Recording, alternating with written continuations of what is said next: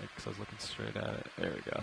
So as I pan up the fluvium, I can paint it. Good morning, deep sea explorers. Today we're on dive 15 of the NOAA Ocean Exploration Expedition, North Atlantic Stepping Stones. And today we're going to be exploring the deep waters of Allegheny Seamount.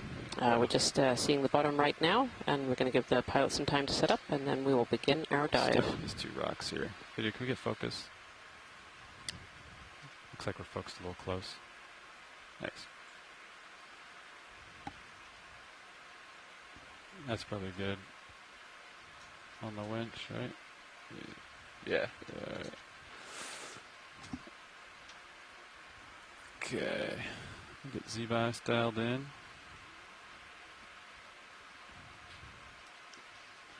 Get my, and then you can get my swing arms out when you're ready. Copy that. And work. Gotta get Z-bias.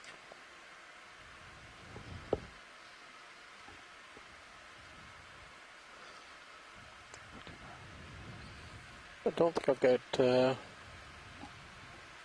good focus on HD2. I do have control, but it just doesn't seem to be going in. Okay. Noted. Once we get close to something, we can play more with it.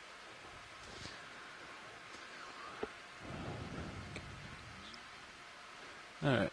Comps look good. High voltage is holding 42%. Hydraulics 51. Still dialing in my Z-bias here. I'm a little positives.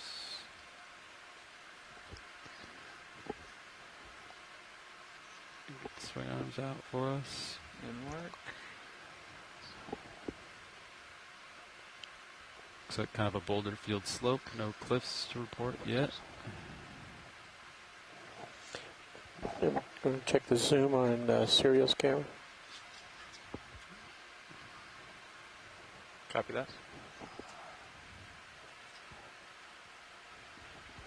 Not a lot of current down here. See all these rocks down here? Quite a few options. Starboard upper is almost fully deployed. After that. It's taking its time, as it likes to do sometimes. Okay, I'll let watch lead know that we're set. Copy that. Hey, watch leads, this is your pilot.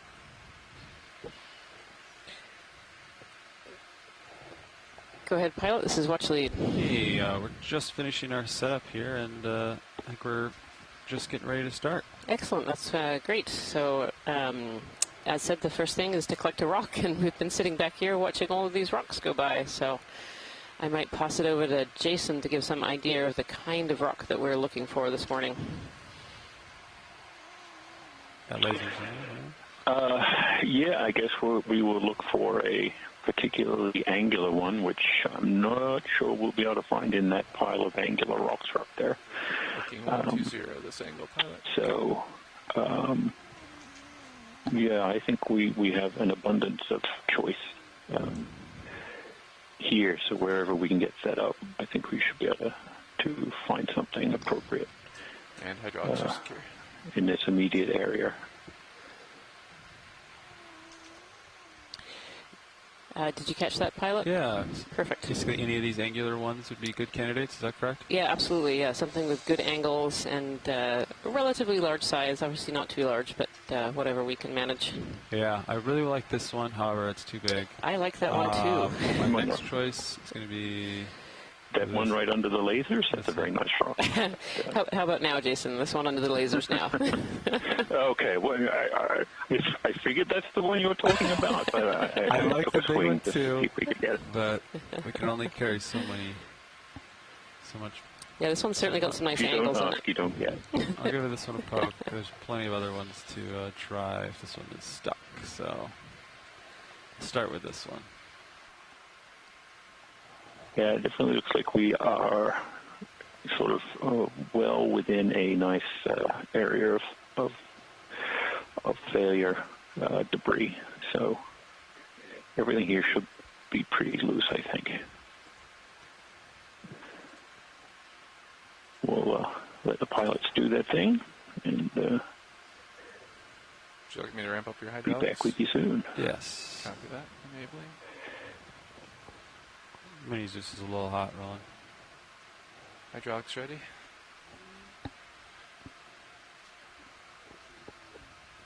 Okay, vehicle's pretty steady. I'll give it a poke, and if it's loose, I think we can fit it in the port. Copy I'll that. open the lid. We'll see. See how it looks.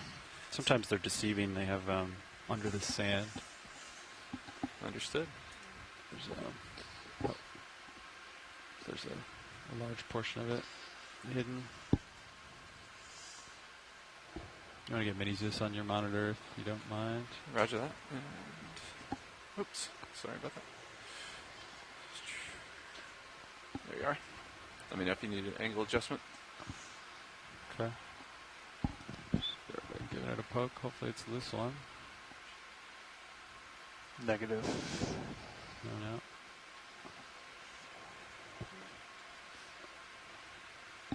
This one looks too small, isn't it? It's just a little baby rock. Yeah, I think given choices, something a little bigger would be better. Yeah, I agree. There's an angular one above the lasers near the big rock past the sand. Maybe those couple just at the top. I don't know if they can push up a little closer to those, but I think the one's over there. I can't reach it, but over there is it. Okay, I'm going to move the vehicle a little bit. I was hoping that one would be loose, but it's not, so.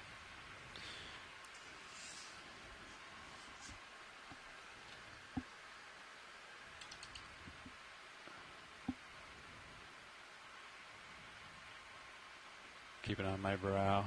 You want to pull up the Copy. Sirius cam there, just so I can see that big rock in front of me. I want to see what that is.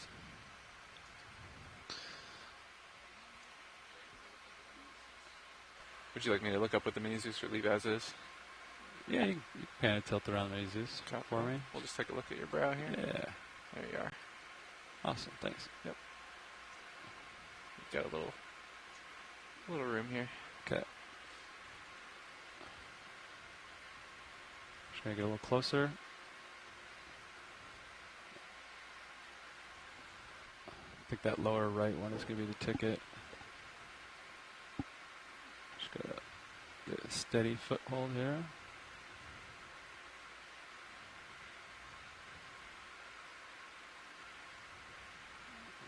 My port side's pretty close. I'm gonna come to starboard a little bit. There, come up. Come to starboard.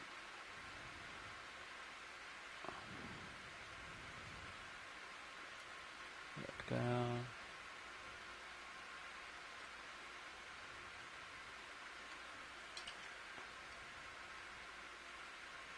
I like this one right here by my right toe. Copy that. Right of laser. Okay, that's pretty steady. I'll try it. I'll keep an eye on the elbow on that big rock too.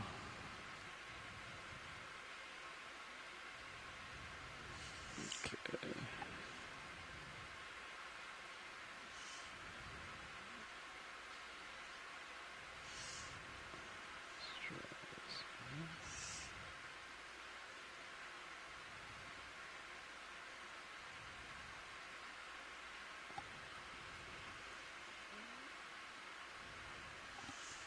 Careful, you're moving a little bit. Okay.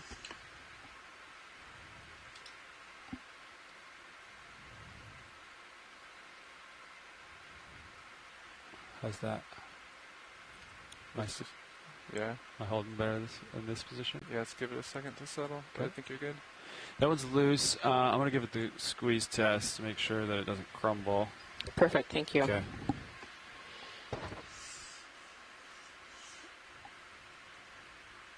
Looking good.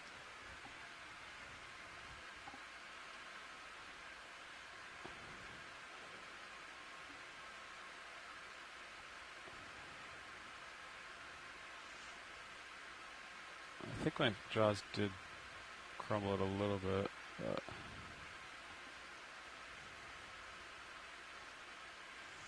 is this Oh, yeah, there we go. I can see the bottom of it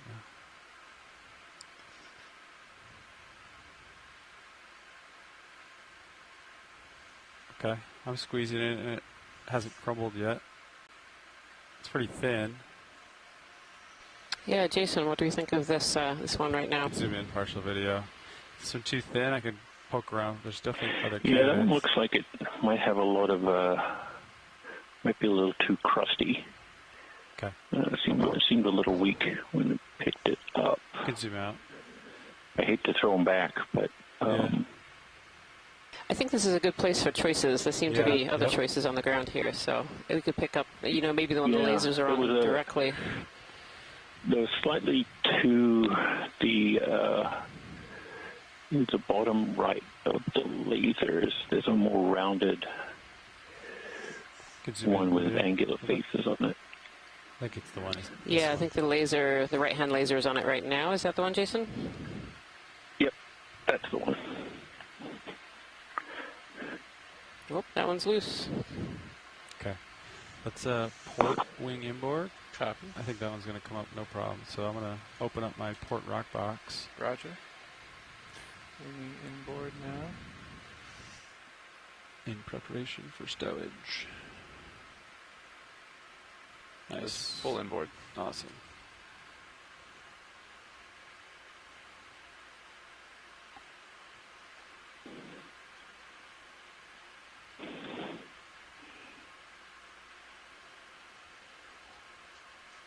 Okay.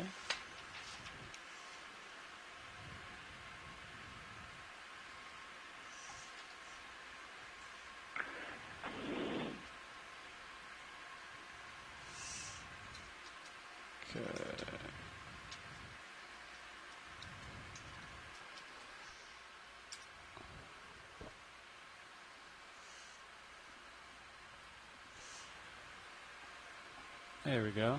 That's much more grippy. That one definitely seems to have a bit more substance to it. Yeah, you want to zoom in? It's kind of between my... For sure. Should be some good stuff on the inside. And you'll have a good crust around it as well. Awesome. So, okay, video, thanks. I'm going to... yeah, seems to have a nice crust around it. Thank you. So it should be a 2-for-1, I think.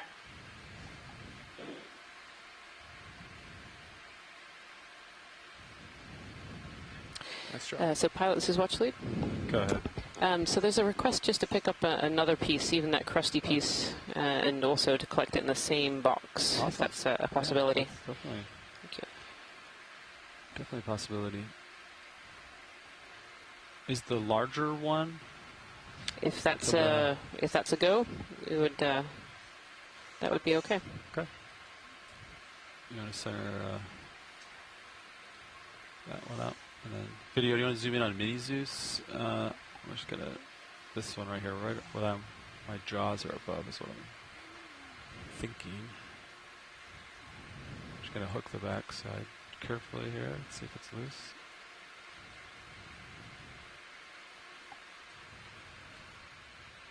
Try the front side here.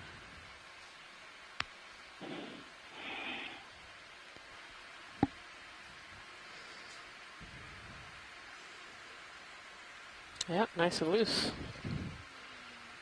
Okay.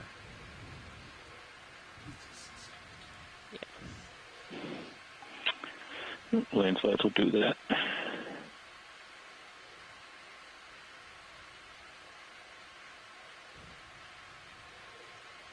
That's a squeeze test. Looks great. Thank you. I'll follow with the camera.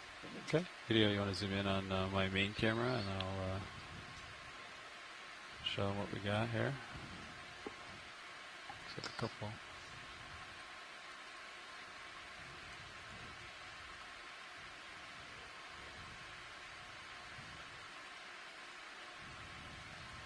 Yep, that's a good one. Okay. All right, video, you can come wide. Thank you, And I'll pilots. port rock box. We'll have 2 rocks in it here. Perfect. Same Thank you. spot. Just put it a little bit over here, I guess. There we go. That'll work. Nice.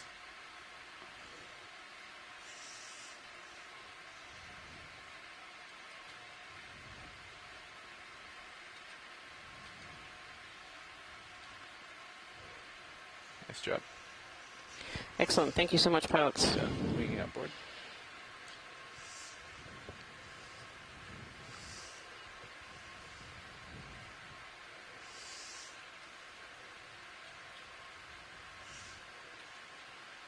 Thanks for following me. Absolutely. Arm secure. Nice job. Looks like we got some waypoints. Hydraulic secure. All right. Want to take off? Can I take my camera back? Sure can. Copy Yeah, that. pilot, it would be great to actually have a look at the fauna on this rock. I believe on the top left, when Mini Zeus is up there, there's potentially some corals and some sponges. It'd be good to have a look at this rock as we begin our transect here. Awesome. Yeah, I'll go for the sponge and the Brazilian to our left first. Thank you. Taking off. Nice job. Thank you. Gotta watch my brow carefully as I some rocks to my port side too. You can see that port rail cam. So I'm Yep. gonna carefully kind of get D2 out of his parking spot. 120 is to your port a little bit as well. Okay, copy that. Coming up, easy there.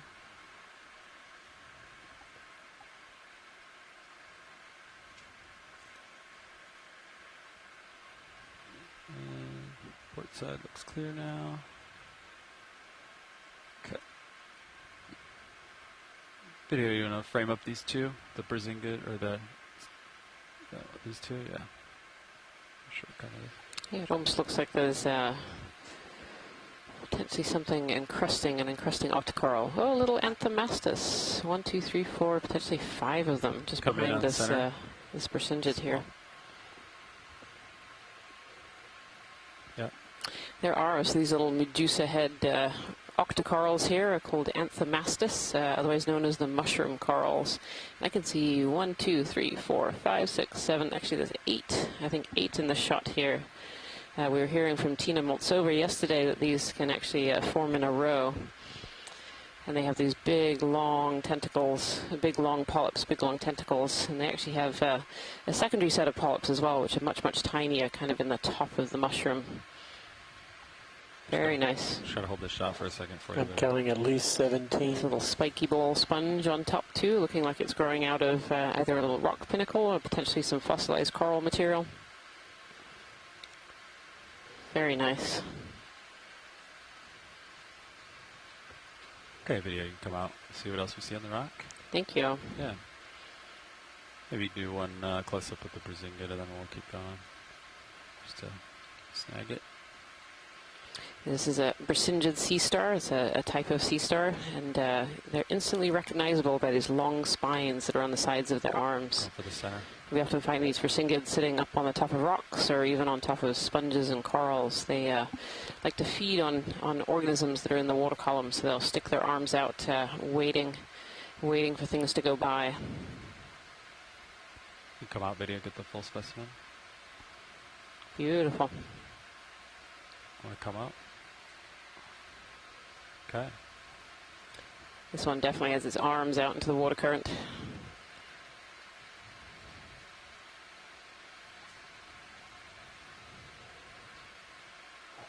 What about that thing on that You sponge see on the there's quite left? a bit of branched life out? on this rock that's sticking out. Over here, Ron. Can you snap it? See if there's interest.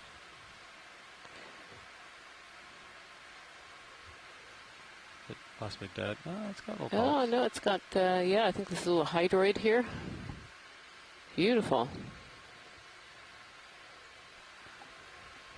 So on this branching organism on the left, you can see little polyps sticking out. I believe this is a hydroid. Yep, and I have confirmation from our science team on shore in the chat room here. Beautiful. You can really see those polyps, and if you look really carefully, you can see those little tiny tentacles in there Sorry, that Roland. suggest that it's Come out. this hydroid, a cnidarian, so in the same phylum as those corals and anemones that we've been looking at in previous dives. Beautiful. Something on the upper left, white.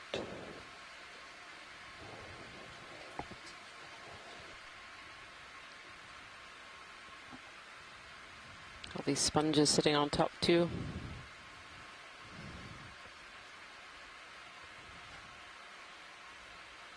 Oh, and I think I even see some coral there in the distance sticking up, kind of a white branching arm on the rock behind. I can hop that way. Thank you.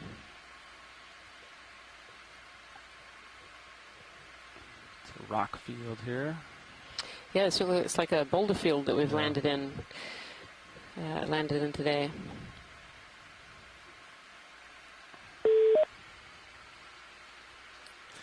So if you just joined us today, I want to say welcome and good morning. We are on dive 15 of the North Atlantic Stepping Stones, the NOAA Ocean Exploration Expedition.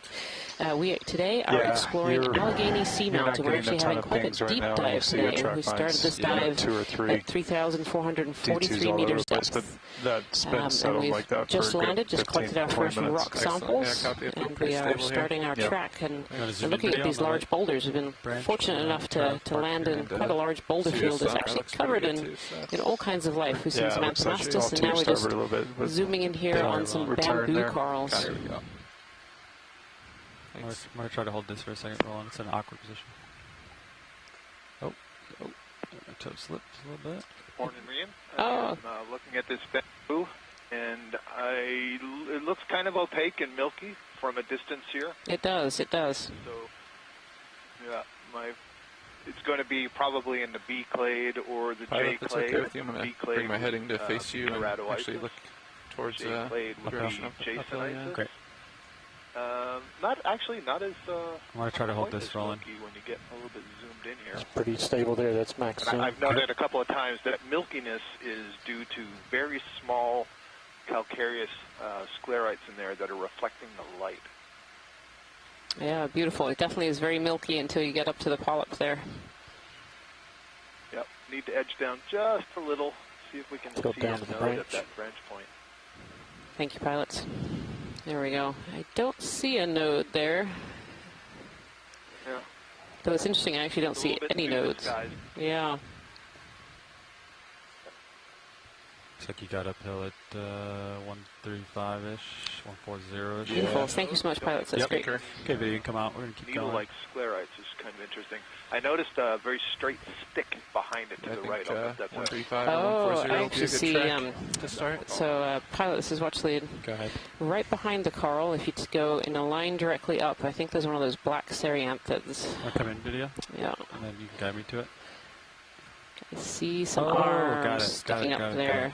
Okay, Yeah. I'll work my way that way. You can come out, video.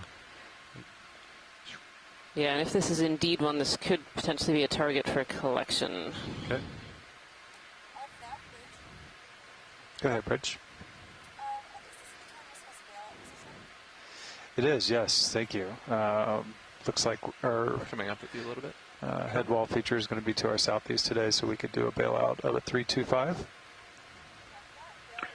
Throwing in some geology here while we get positioned for a better look.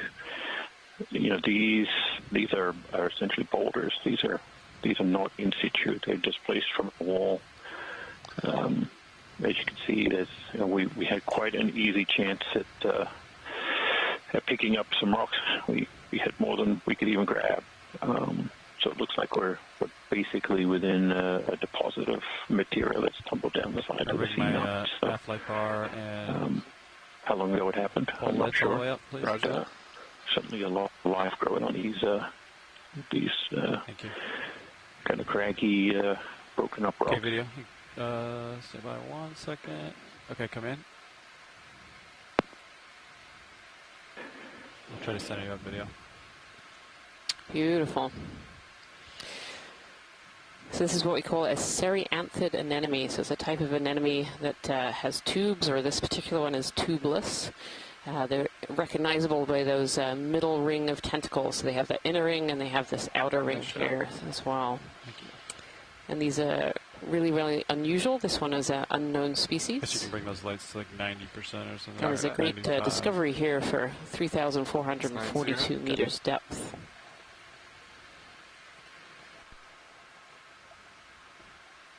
Go ahead, watch it.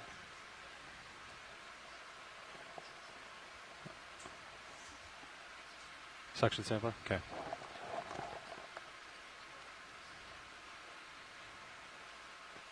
Okay, Pulling for full frame. Sounds good. Slight tilt up. It's just a beautiful shot of its tentacles there, waving up in the current. And this is really an unknown species. We don't know what kind of Cereanthid that this is. If we could have some lasers on it at some point here, Pilot 2, just to get an idea of size, that would be helpful. Video, we can zoom out, and then the lasers are on. So just a little bit more. Yep.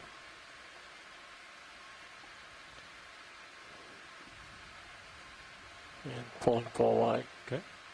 Now these Cereanthids can actually, a number of anemones can eject their tentacles, which means if a predator comes along and gets caught up in the tentacles, they're able to eject the tentacles, let them go, and the predator can wander off with a tentacle in tow. And those tentacles will grow back. And if you saw there around the ring of that Cereanthid, there were lots of little tentacles, and these would be tentacles that have been growing back. Not sure how far we're going to be able to draw out here. But yeah, I was wondering. If we starboard wing inboard, that might let you draw out a little more. Copy that. We can try that. Okay. Would you like me to wing inboard now? Yeah. Coming in. Stand by. And then if you're good, we put Mini Zeus on the right monitor. Copy that. I'm going to hydraulics all the way up.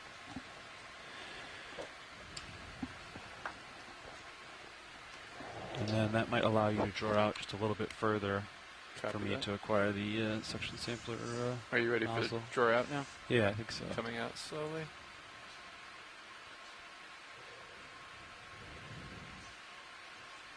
Is that going to interfere with you trying to grasp the hose? So what we'll do is, that's good.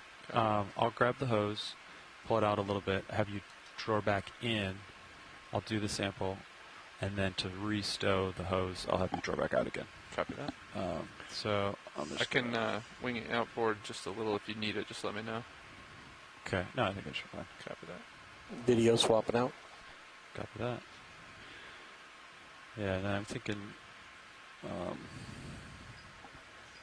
if we want to grab the end effector in such a way that the long section is on the bottom, and then I kind of scrape the bottom off. Yeah, roger that. Sounds like a good approach.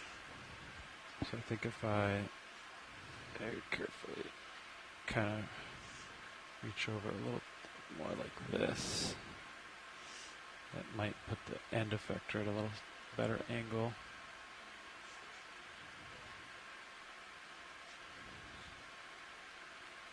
Okay, looks like centering for you. Can you draw out any further or not? I can get the arm out. I can try to draw out, yeah. Stand by. Might get you a better view with Mini Zeus. There you go, so you can see the wing. Thank you. Try to draw it. I'm maxed out on my shoulder azimuth as well. Yeah. It's a little bit more drawer. Give it an inch maybe. There we are. Okay, go. That's going to help me out a little bit. Thanks. No problem. Let me know if you want me to wing outboard just a tad too. Okay. Think we can manage it.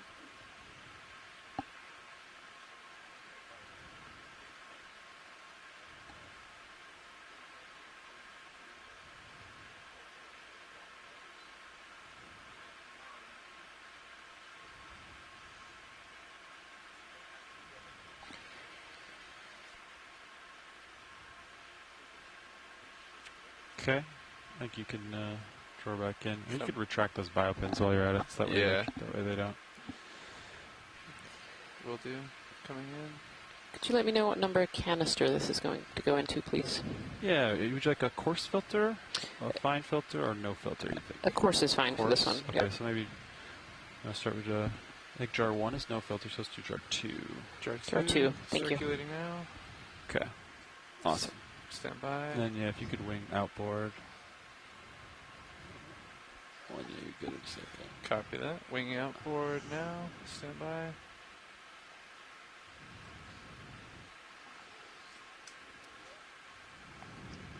think we can actually go full outboard, potentially.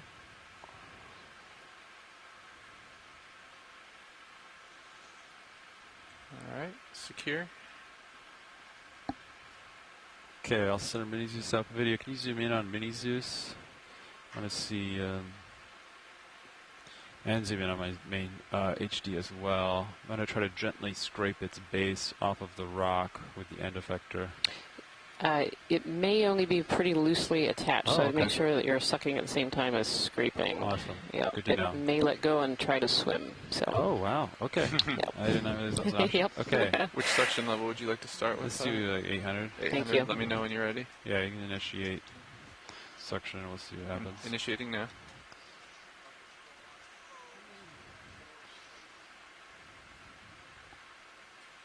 Looks like we have... Keep your hands inside the vehicle.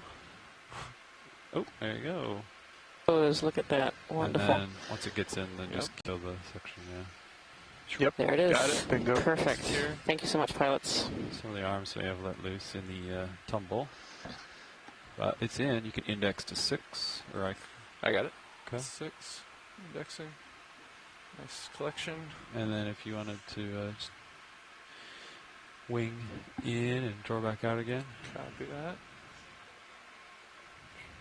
Winging in. And zoom out video when you get a minute. I think they're in the middle of their swap still. Oh, got it. Okay. Coming out. Next video. That was really nicely done. Very clean. Thank you so much, pilots. Yep, no problem. Oh, we're pushing a little bit. Yeah, you can wing Sorry more about that. inboard if you want. There you go. And you can draw a little more. Coming out. Nice and slow. That's good. Copy. I'm going to bring the end effector home. Looking good. Nice and straight. Looking very good.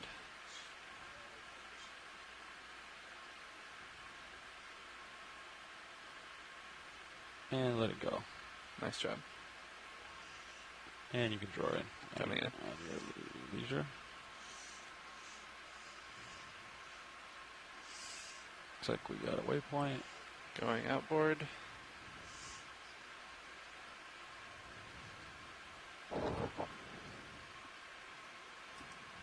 Fully outboard.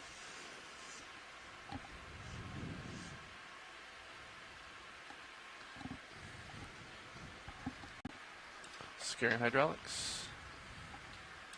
Hydraulics secure. All right. Nice sample. Thank you.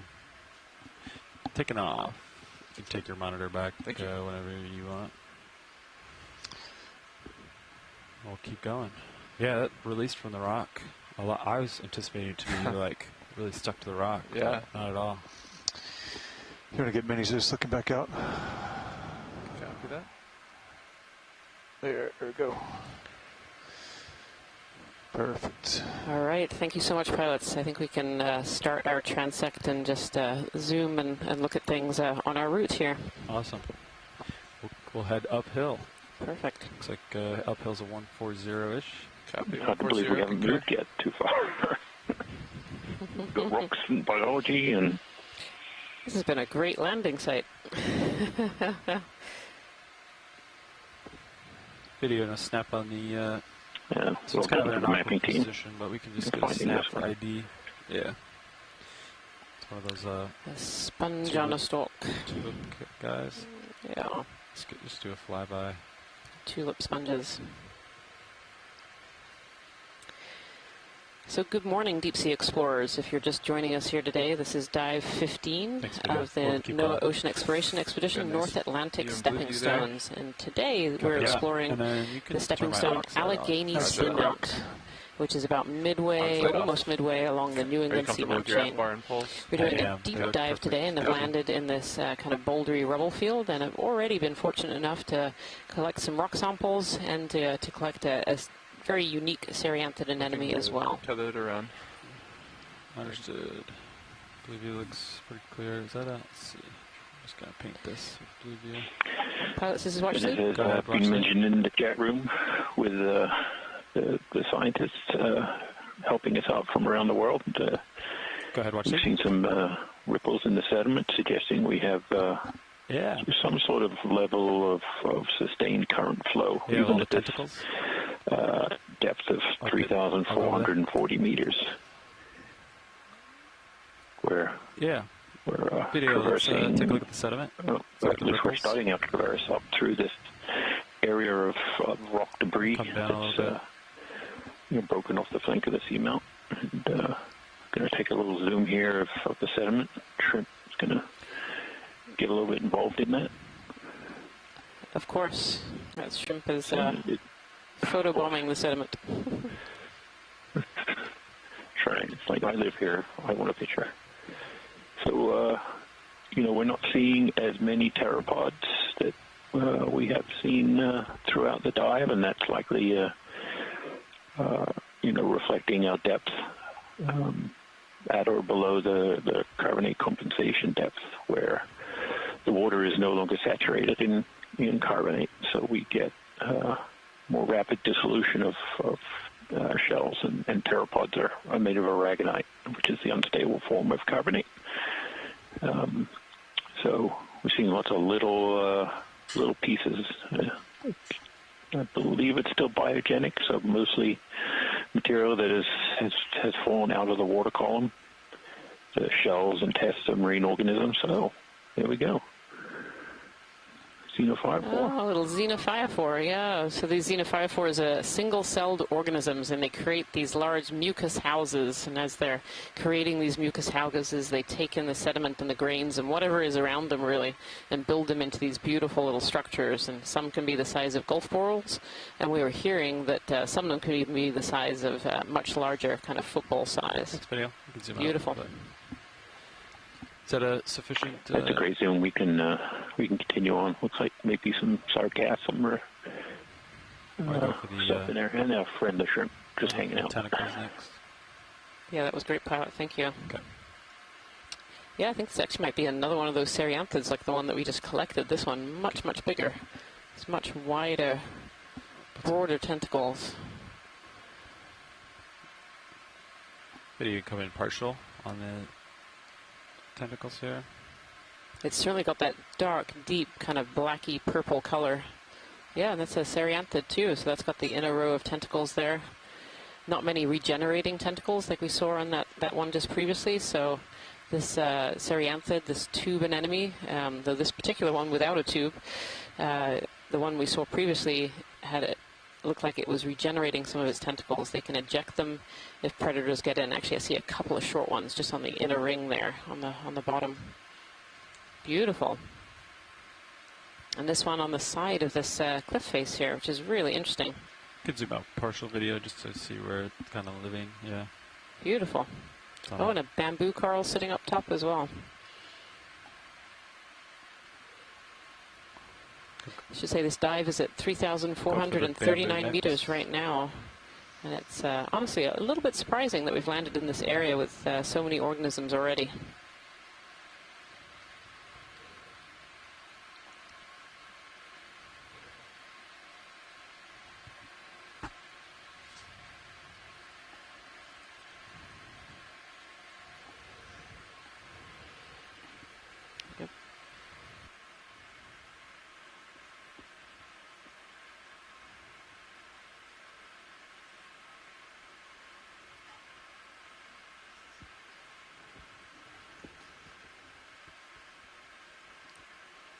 Okay, that's video.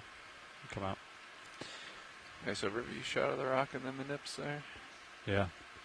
Yeah, those wide angle cameras are great. Boulder field. Yeah, that looked like an unbranched bamboo coral. We have some crinoids around as well. Quite a large boulder. Keep moving. Yeah, looking at you 40 degrees, Pilot, when you get out to a comfortable distance. We can put in a ship move, perhaps. Yeah, we certainly landed in an area of showing evidence of substantial instability of the flank of the seamount. One of the things that people have been watching along with the previous dives is, look at that. These look like they are likely in place sheet flow textures on these rocks here. So we're sort of in this debris chute area, and now we're moving over into more in place rocks. That's really dramatic. You see the different sort of levels of perhaps of different lava flows that have come through here. Previous dives, we've seen a lot of pillows and other, more rounded features, but these are very angular and all sort of pointing down slope. So I'm wondering if we're seeing individual sort of eruptive sheet flow type morphologies here. These are in place and probably likely the source of some of those bigger displaced rocks that we've seen. Jason, can we get a glance at that white branching coral as we pass by it? I think it's dead, but just looks different. Top big one? Or are they talking about this little... Sure thing. I can request from Pilot. Pilots are able to zoom. Pilot? Hey, which one? Lower left or big one upper? Hi. Pilot, can we get a snap zoom on that coral as we're passing by it? Yeah, this one here? You can yes, snap it? dead center. Yeah, video, you can come in. Thank you. I'm going to get you closer video, be advised. That sponge on top looks interesting, too.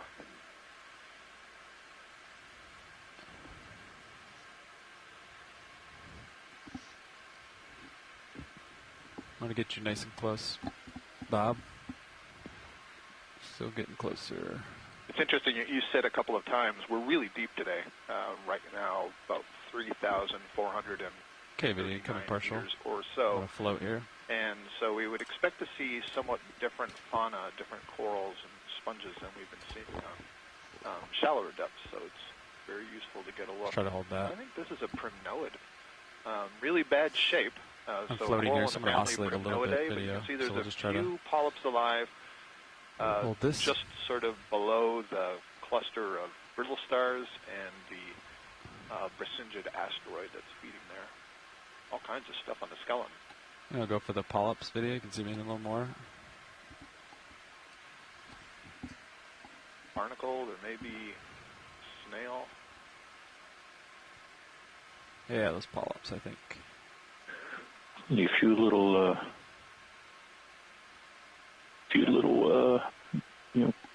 things hanging on there on those two branches. Yep, and that's a perfect view. We can move on. The still image of that is probably going to get us to genus. It's definitely a primnoid octocoral. You can see the scales that are kind of hanging down like sheets on the outside of the polyp body wall. Yep. And we'll the keep going polyps up are this rock feature. Downwards and in towards the axis. Thanks, Bob. Excellent information. Thank you for that.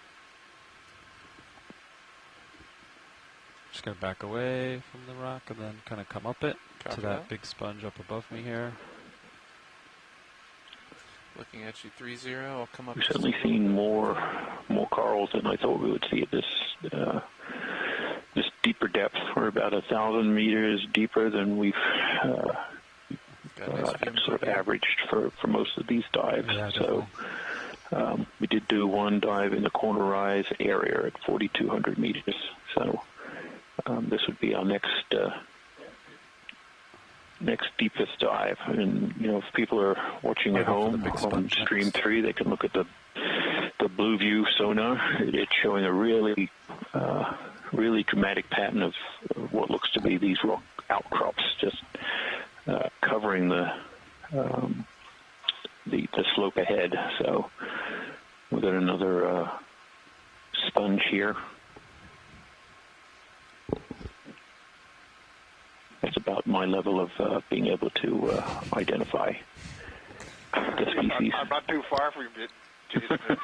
Incredible morphology. I mean, it's probably a glass sponge, but what I was remarking on from the distance is how smooth the appearance is. Really quite remarkable. I'm going to get you closer to video. Pretty large. You can see it's at least 20 centimeters across there. Those two lasers are probably move 15 meters. Each other, allow us to you're heading, or 10 meters. Scale, if you're comfortable with it. Co-pilot. Yeah, I was thinking 10 or so. We could do 15 if you want. Up to you. Okay, let's do 15, right? 140. Yeah. Sounds good to me. It's not of a type that just leaps to my mind that I can very quickly identify. We'd have to go through, or I'd have to go through the basic animal guide. Zoom in a little bit video just to frame it up, and then we'll go for the edge, the upper edge of it. A bit more about sponges. And then our primary sponge experts are not available today. So what we would do I'd like to request a ship move, please. Range 15 meters, bearing 140 degrees, speed 0.2 knots. You can see the pores in there that it feeds. Good copy. Thank you Yeah, very much. those pores are probably X-current pores. You probably can't see the in-current pores. They're really quite small, but you can absolutely see the architecture of the overlaying siliceous spicules, those glass-like fibers that create the overall architecture and skeleton, and the cells are kind of hung on that architecture, and some of those cells interior to the walls of the sponge have flagella that beat and create a suction, and so most of the suction is going to be on that outer wall, and presumably most of the output, the X-current flow, would come into the interior of that vase and then outwards. Very nice view. Okay, come back in.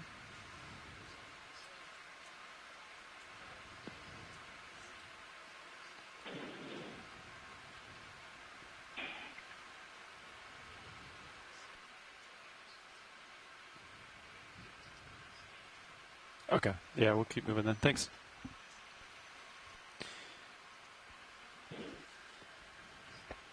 Yeah, we're also seeing quite a bit of these leftover coral stalks that were at one point attached and potentially thriving in this environment, but you can see now it's all coated in that ferromanganese crust or patina. Copy that.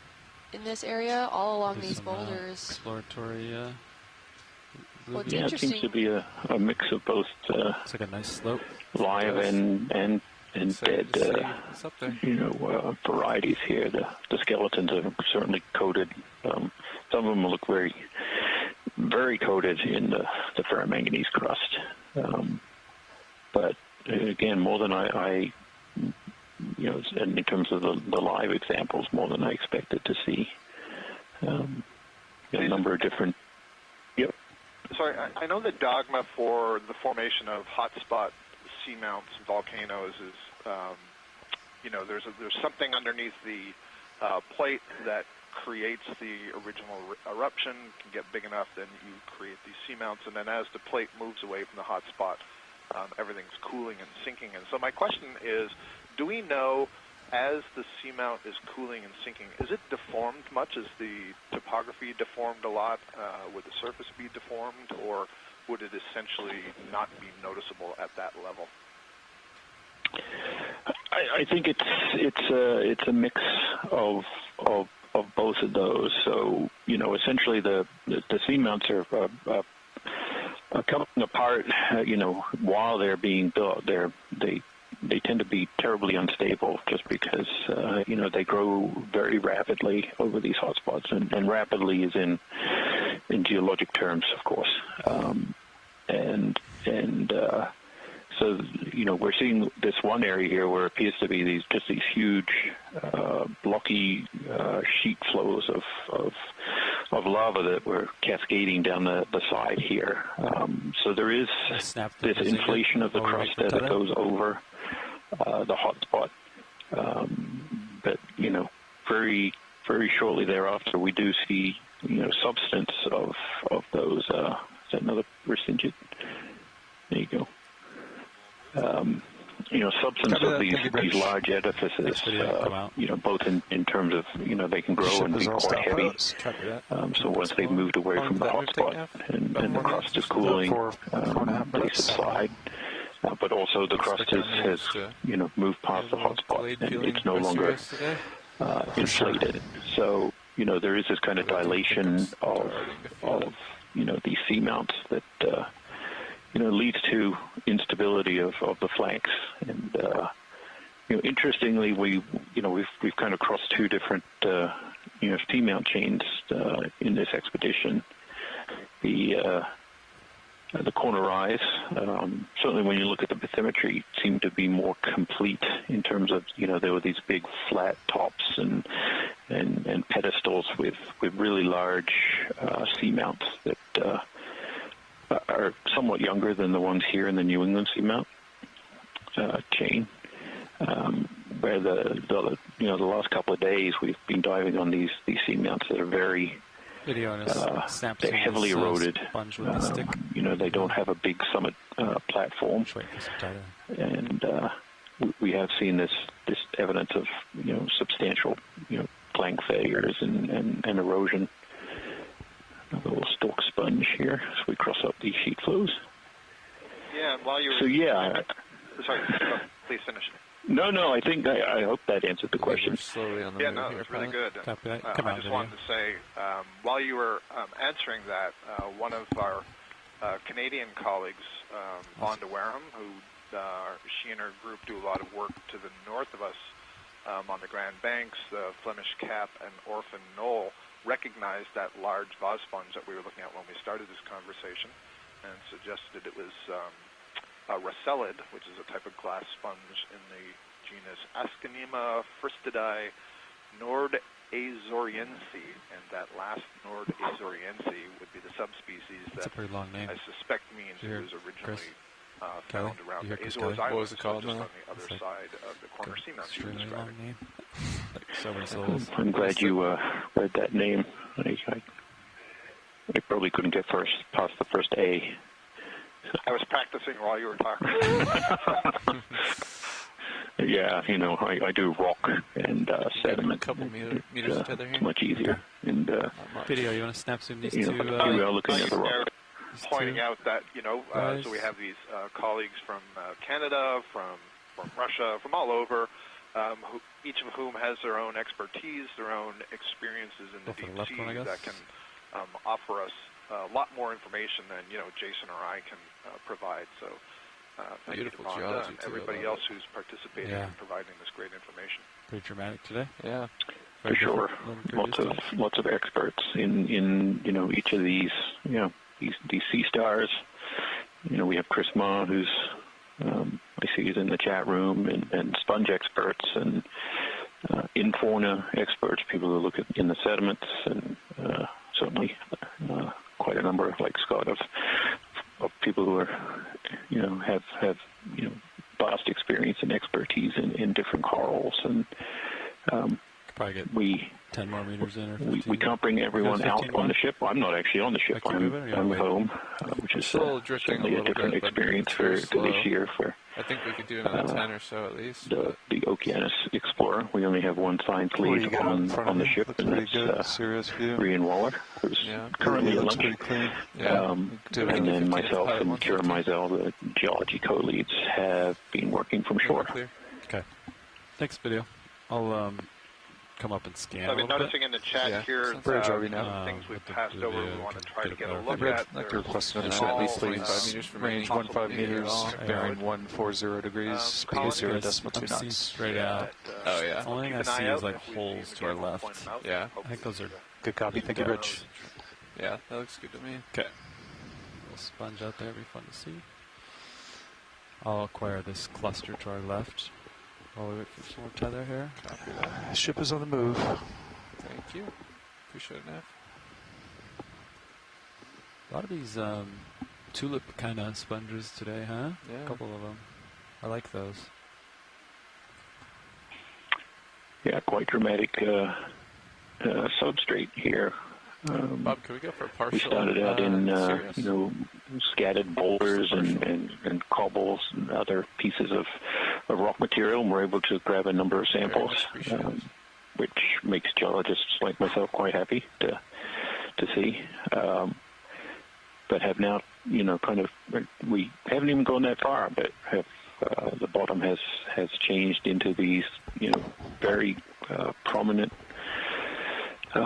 rock outcrops, lava flow morphologies.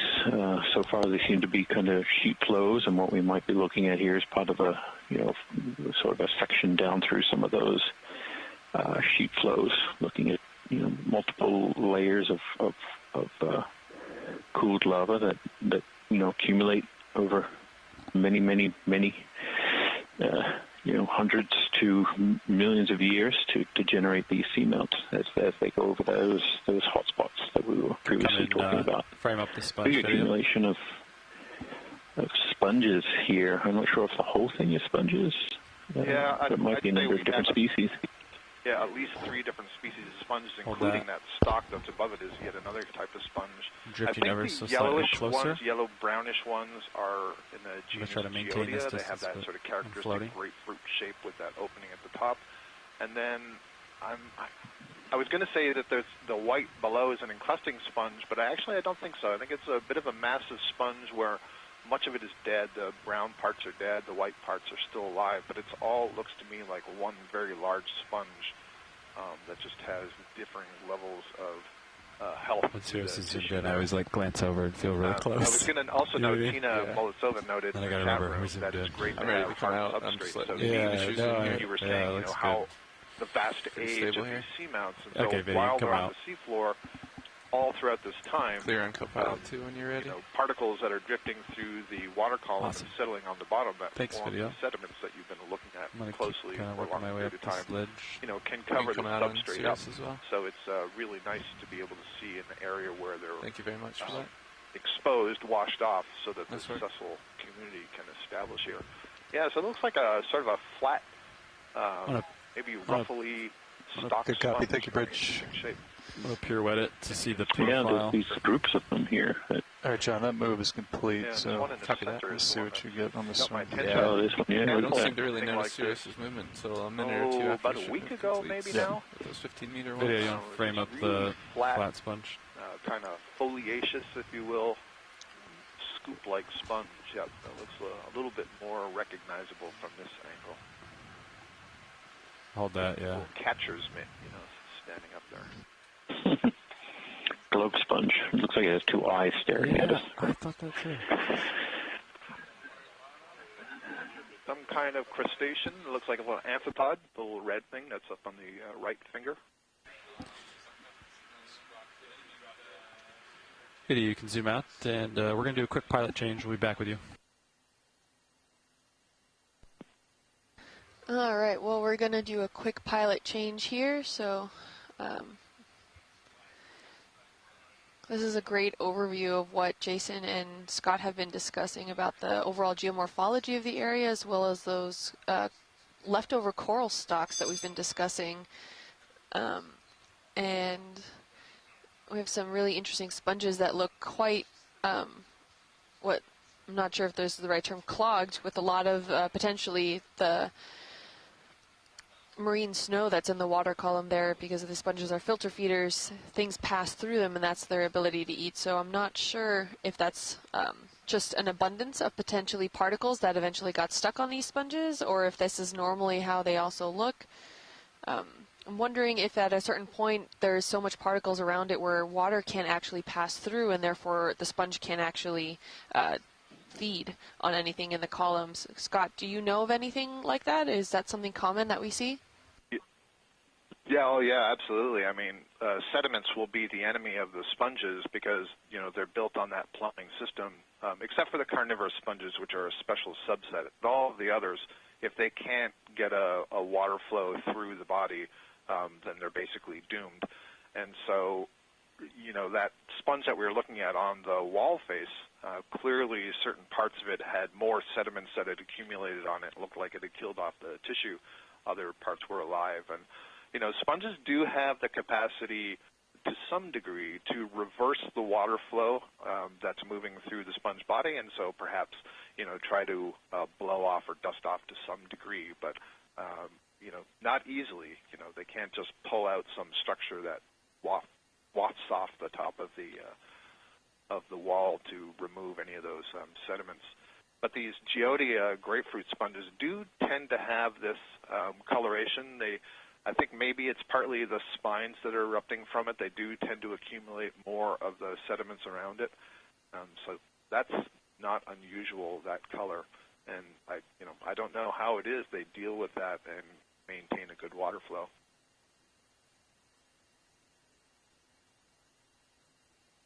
I think, Kim, we had mentioned this, I'm losing track of time on all the dyes, but we had mentioned this earlier that there's just this tremendous diversity of morphology of sponges, just like the corals. But we can see here, I was wondering if I could get a squall update, if you don't mind. Ones. There's this tall, sort of scoop-shaped one, and then good copy, over on the far right, there's this little kind of hollowed-out ball on the top of a stalk. So 3 examples of sponge morphology. There's plenty of others, but they're all basically doing the same thing. And that just tells you there's a lot of ways to make a living where you're filtering water. And they've come up with different solutions for what is the best way to enhance that water flow right around the body. Absolutely, and as we can see here, so many of these different sponges can actually thrive. We've been seeing throughout these dives, especially in the deeper areas, these sponge gardens. So we know that there's not one right way to do it. And not sure if we know even why certain sponges are shaped in certain ways. So great point, Scott. It just goes to show there's so many different ways you can essentially do the same thing. That makes it so much fun to see all the diversity and see the ways that life has responded to the challenges and bring them to the the diversity of with color, morphology, and Good so on. copy. Just a real treat.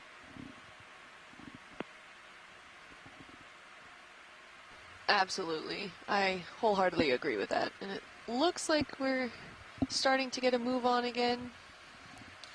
Yep, watch lead. So we've just made our shift change. This is Josh piloting right now. Yeah, we actually crossed out of at least what was below us. Those really Sounds sharp, good, thank you. what looked to be sheet flows, and we're seeing this rubbly surface again. More broken up material. So these little pockets of rock debris that fall down, and on these sort of more open slope pavements is another one of those sponges that we were looking at earlier. That I can't even say the first name of. Scott was pretty good at it though. And then some more complex bottom. Not as many of those large corals that we had been seeing just immediately below us, but I think we'll transition back into more substantial unsailed bottom types here pretty soon. And of course, as I say that, in the distance there, two big lowers, maybe a little. Two big corals sticking up. Always, Jason, always. Give me a note. I noticed today the fish whisperer isn't working quite as well. I guess that's something about the depth that we were at. We must have been in a much better zone for the fish yesterday than today. And so because absolutely. So today we're at a depth of 3,424 meters. Be very aware of where Sirius is.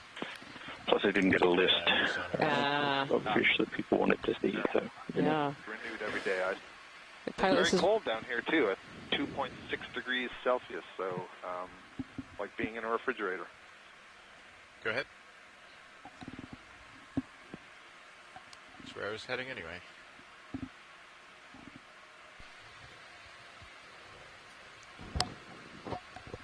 So just have a look at these two corals that are coming up. These look like bamboo corals. One seems to have landed on an old fossilized stalk of a coral that was here before. I can kind of see the black, that ferromanganese patina that occurs on these dead skeletons after a while. Yeah, it's quite a balancing act, isn't it? Come on in, it's right on the tippy top there.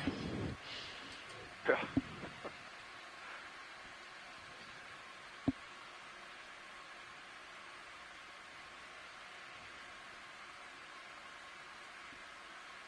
Yeah, there's bamboo coral here.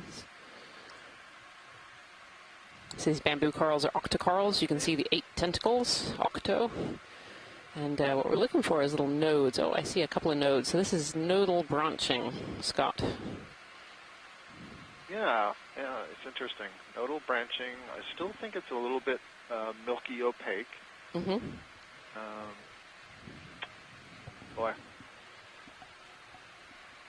I mean, it's got to be in also, pilots be advised, HIPAC has been pretty sporadic this morning. But beyond that, so, what do you mean? The vehicles have been jumping around quite a bit. So the USB the tracking is a little off. Okay, come on out. So just be extra vigilant with your sonars. With jelly on the left branch. Some little orange-brown thing. Yeah, if it's possible to scan down again, pilots, just a little bit on the left. There we are, kind of dead center. Come in tight. Can we get any closer, or? It's very small, Scott. Yeah, if it's a worm, don't worry about it. But if it's a jelly... Yeah, I think this is a worm. Or earlier in the cruise. Yeah, no, it's an amphipod. Okay, yep. Thank you. There we are, amphipod. Right little line. Crustacean. Very good. Thank you, pilots. Eyes reflecting the light from the ROV. Would you like to look at the other bamboo, or? That would be great. Just a quick peek, see if it's the same. See a brittle star perched on the top of that second branch there on this one. And I think actually I can even see from here this is nodal branching again, Scott. Yeah. I'm actually wondering if this is similar to what we collected yesterday. That was the fake I-4 clade, the candelabra that forked. Yep. I'm wondering if they're related to that. Yep. Good view. Beautiful. Yeah, you can really see those nodes. These bamboo corals are called bamboo corals because they resemble bamboo a little bit. So the white is a calcium carbonate skeleton, and they have these black proteinaceous nodes. You can just see how it's stuck onto this branch here. And oh, there is a little jelly or hydroid on the back end of this as well. Very, very small. I wonder if that's benthicodon, a little benthic jellyfish. Likes to settle on rock. There's also a snail, a predatory snail. Yeah, the snail with his proboscis up. That proboscis allows water to go into the snail, and they use it for smelling. And I think if we pan down even more, is another one of these black cereanthids. Oh, maybe not a black cereanthid. This one's got kind of more whitish tentacles, very tucked in there. It's a really awkward angle.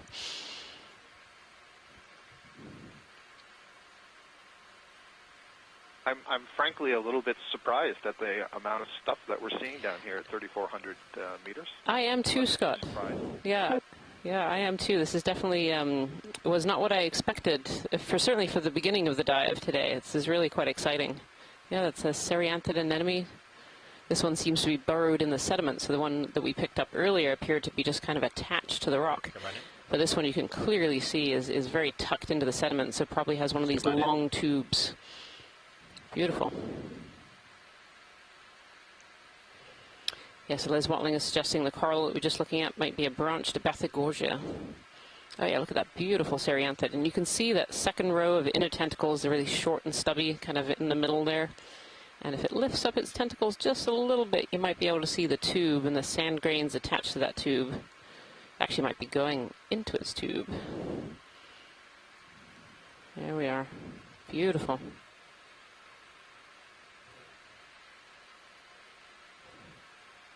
Thank you so much, pilots. That was great. Yeah, he's receding a little bit. Yeah, it's thinking about it. Yeah, when you're good, video.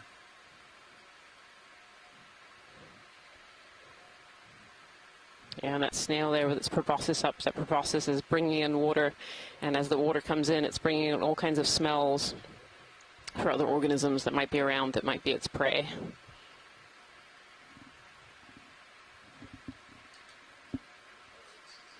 Beautiful. Is it incorrect? Oh, but you can't tell what it is.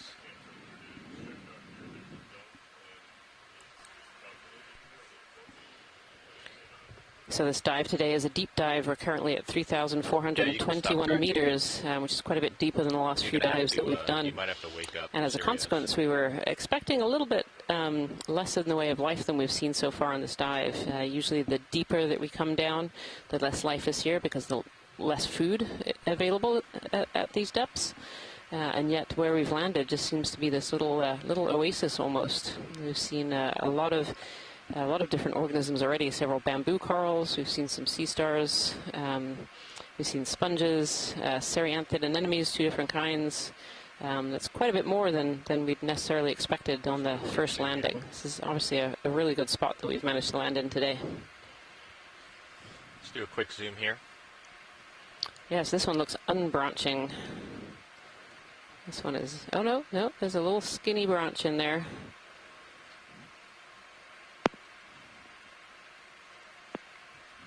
Really interesting. Polyps look different on this one. Yeah, they do. I was going to say a very interesting skeleton too. Less of that milky. Yeah. exactly.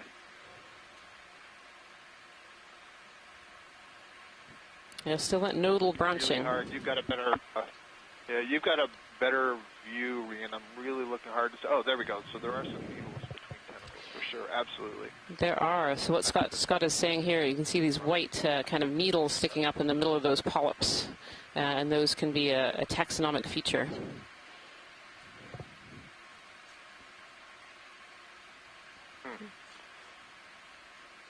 Still don't know what it is, but I can tell you it's different from what we've stopped and looked at the first few times. So.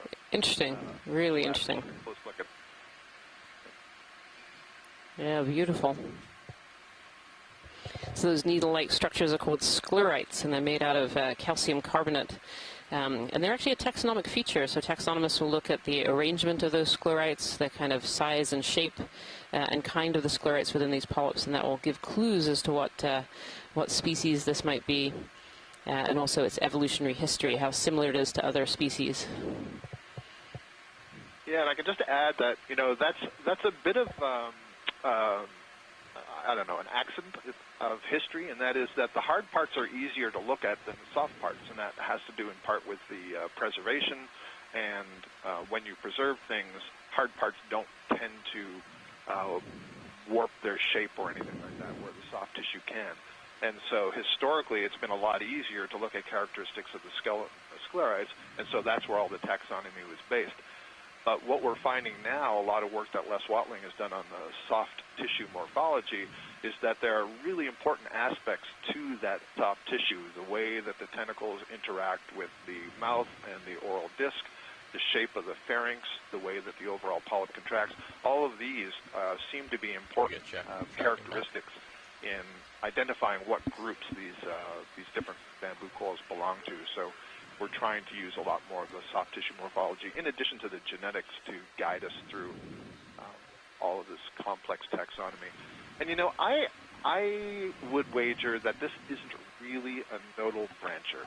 I'll bet the branching is just above the node or something like that, just based on the other characteristics of the polyps that I'm looking at. Sure, it's gorgeous, whatever it is. There we go. The pilots heard you and have panned back down to the node. Oh, responding to the challenge, huh?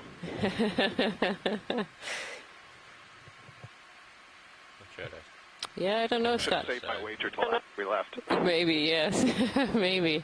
Go further down. Go further down to where you can see older branches. Even further down. I don't sure there is anymore. No, there's no more branches. No. Oh, well. Can't tell. It almost looks like it's something that's grown onto an old skeleton. Okay. It does. Go ahead, Bridge. Great. Thank you. Thank you, pilots. That was great. Beautiful.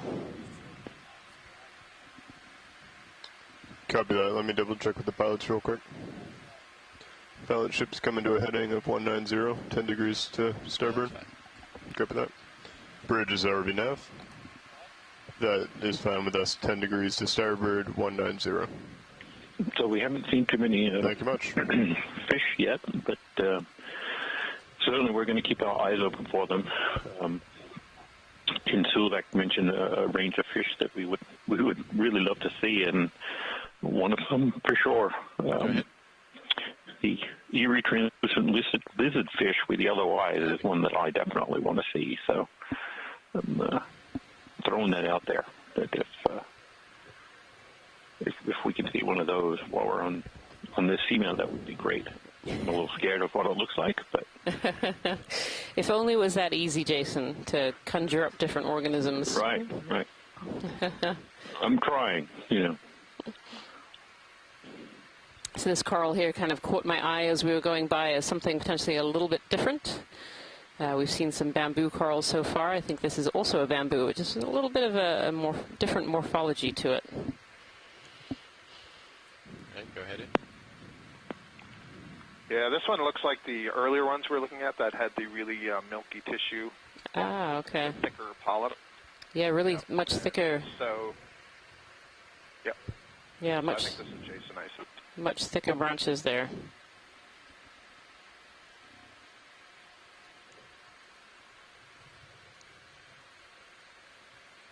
Yeah, that beautiful branching.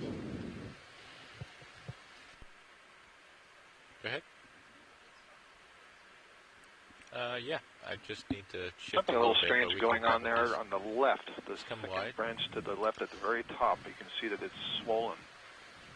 Yeah. I don't know if that means... Pilot ship has been stationary for about 20 minutes. Certainly these corals are dealing with parasites all the time. Should be fine. They are. Splits of barnacles and so on. And so Les Watling was saying in the chat room, so we have this scientific chat room where scientists from all over the globe are helping us with the dive today, identifying seafloor morphology and organisms. And Les Watling, who's an expert in deep-sea octocorals, has mentioned that collections of bamboos at this depth are incredibly rare. And so we're going to take this opportunity and just grab a small piece of this coral. And this pilot's setting up to do that now. These collections, when they're collected, actually go to national repositories, so scientists from all over the world are able to request and work on these samples, and so they're available to anyone who wants them to work on. And so we really target species that might be unknown or very, very unusual collections, and this bamboo coral here kind of fits those ideals. Yeah, I can do that. If you just prep the box, I'll get this all set. And for your awareness, pilot, all bio boxes are available. Do you have a preference then for which side? You can just get both ready to open.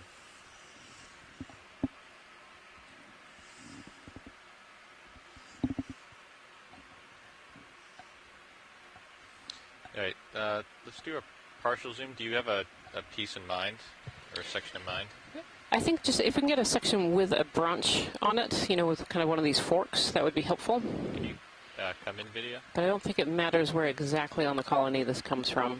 So I'm thinking this center, if I can get... Yeah, this kind of lower left section here. That way I'm less likely to damage the rest of it. That would be great. Thank you so much. Do you want me to draw her out now or wait until you're... Oh, definitely wait. Yeah. Okay, good. Copy.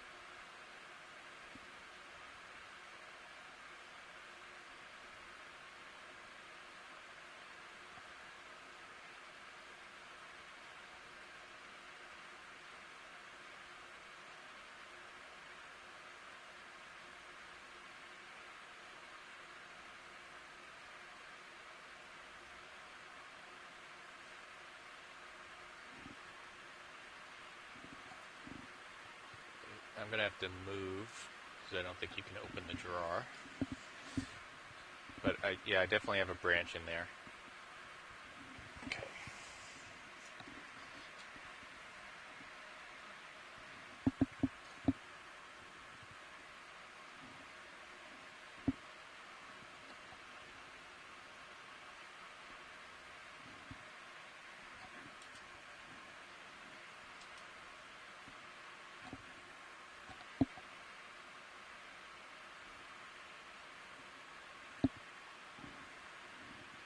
Right, want to open the drawer?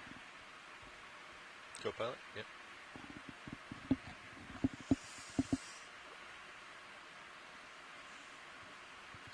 Now I'll go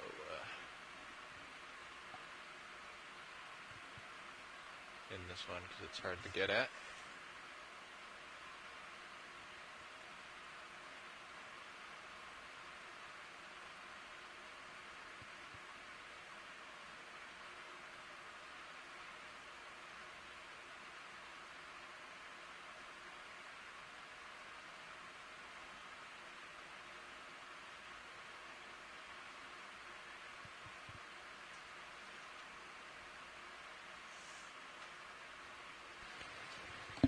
Right, that went in the starboard outer.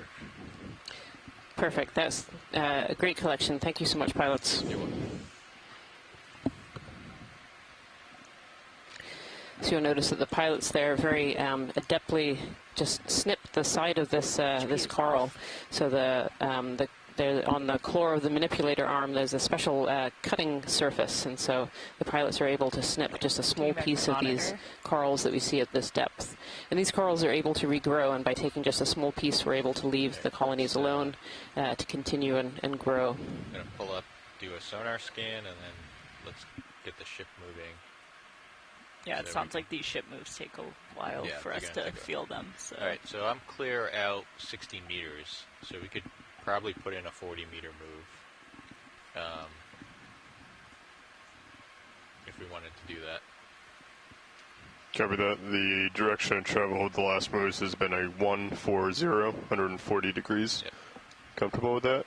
And you want 40 meters, 40? Let me check 140 first.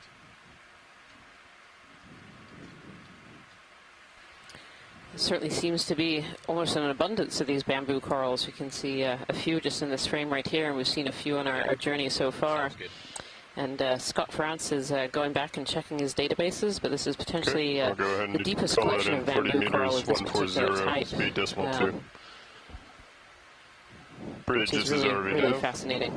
These bamboos definitely seem to be doing relatively well at this depth. Some of these colonies are really quite large, and they look very healthy. Bearing 140, 140 degrees. Yeah, certainly, speed 0.2 knots. In comparison to yesterday, where we were seeing quite a wide range of different corals. Good copy. Even some black corals, and we saw, I think, one live cup coral. Metallogorgias, Rhodogorgias, I think even some Paragorgias, some polycup corals. That's right, yeah. Nice job on that sample pilot. We're significantly shallower, with, 1,000 or so almost. So I don't want you to feel like that. Yeah, maybe 1,300 meters shallower. No. It's amazing how quickly the diversity changes with depth. Don't think I'm angry at you or anything like that. You're all good. There's quite a few, Maybe not doing something right, I'll, old stalks here of sort of the bases of coral that used to cover these areas. They're now covered in this iron manganese patina, suggesting they've been down here for quite some time. It usually accumulates at about 1 millimeter per million years. There we go. I think today I'm bringing shrimp. You are. This is a beautiful shrimp. Look at those really long legs. It does seem like the USBL is still a little... It might be wonky just because of the depth and we're on a seamount. Yeah. Quite interesting bottom types we've been going across. We've seen big boulders and scattered rock debris, and then in place really impressive sheet flows, blocky sheet flows, and now we're kind of moving into stuff that looks a little like pillow lavas, all coated in this ferromanganese crust. Oh, and this little white anemone here. We're not seeing. Yeah. Oh boy, it's on. Yeah, this little white anemone kind of fooled me for a minute at first. Its base is really spread out, and then if you look really closely, you can just see the white tentacles sticking out, and then the center little slit of a mouth in the middle there. So this anemone has really affixed itself really well to this rock. It's spread its base out, stretching out. It's got plenty of room. And I think just in front of it is a little polychaete worm, if you can see that worm kind of waving in the distance. Beautiful. Thank you so much, pilots. All right, let's come on out. And Tina Moltsover is saying that the shrimp there was a Nematocarcinus. Beautiful benthic, bright red shrimp there. Yeah, and as Jason was saying, all these stems that we see sticking out, these at one time were these deep sea corals. Most of these will have been from a very, very long time ago because they have that black patina on them, that ferromanganese, and some other fossil coral skeletons from this region have dated, back to the last glacial maxima, so 20,000 or so years. But some have been dated a lot longer than that too, in the 100 to 200,000 year range as well. So these are not stems that have just broken off and have just died. These are ones that were here quite a long time ago. And we can also see that through, earlier we saw that bamboo coral growing off of one of these stems And that bamboo coral was quite large itself. And a lot of these corals grow at just a few millimeters per year. Food is relatively scarce. These corals down here don't have that zooxanthellae like the upper ocean corals do. They don't photosynthesize, so they rely on foodfall. So their growth is very, very slow. It matches the limited amount of food that's in these areas. So we do potentially have some confirmation that that bamboo coral collection is one of the deepest that's ever been made. We have from Van de Werhem, there was a bamboo collection made on the Flemish Cap at 2,907 meters. And so this may well have been the deepest collection of a bamboo coral that's been made. Let's do a quick zoom here. This is a crinoid here hanging out. Oh, maybe another one of those anemones too. Those little white anemones with a thick base. Oh no, a little sponge. Shouldn't have spoken too soon. That's a sponge just underneath this crinoid. These crinoids are echinoderms, so they're in the same phylum as urchins and sea stars. And these crinoids, some of them come in stalked forms. You've seen those on previous dives, but these ones are unstalked. They have instead kind of little legs on the back that help them grip onto the rocks or grip onto sponges and corals that might be in the area. They like to be up in the water column. They spread their arms into the water column and catch food particles, and then bring those food particles into the mouth to feed. Well, thank you, pilot. It's come on out video. Don't some of these swim too? If you they do.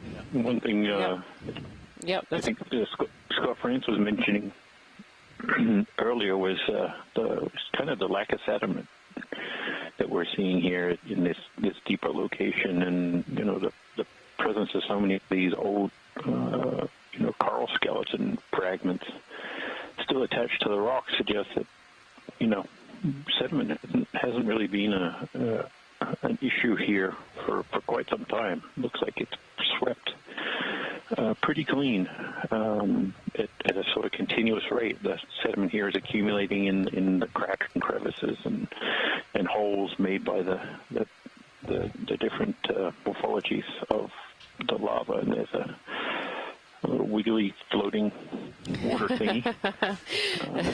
Ctenophore. That was a very fast-moving ctenophore. That's my technical term for it. I didn't see the little sparkling, the multicolor. Yeah, I know there's a technical name for that too. Yeah, the teens of a ctenophore. Makes it easy to remember, but yeah, it was moving a little fast to be able to get a good look at that particular one. It is interesting. Really interesting bottom. Yeah. Less sediment, lots of organisms.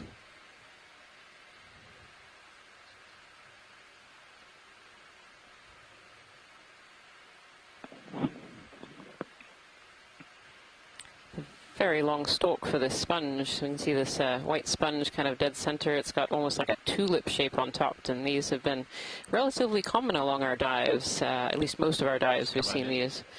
And the stem there is actually made of long, we call them spicules, and in the case of these, they're hexactinellids, so they are made out of silica, the glass sponges, otherwise known as. And these stems are actually part of the sponge, so they're made of really long spicules, really long fibers of silica, all kind of knitted together into these long tubes. And then up on top, they create these little tulip-type shapes. Good copy, Bridge. Thank you. Pilot set move is complete. Beautiful. Yep, it's coming out. Copy. Thank you, Nav.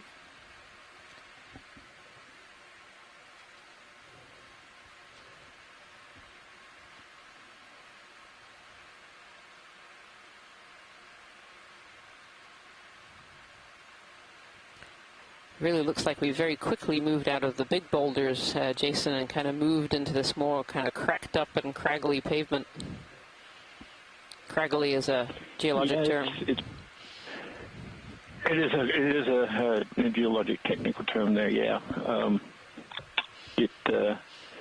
We've been kind of moving back and forth across, these areas of debris, rock debris accumulation that are kind of, blanketing, these outcrops of the lava textures, and here we're going over these pillow lava shapes,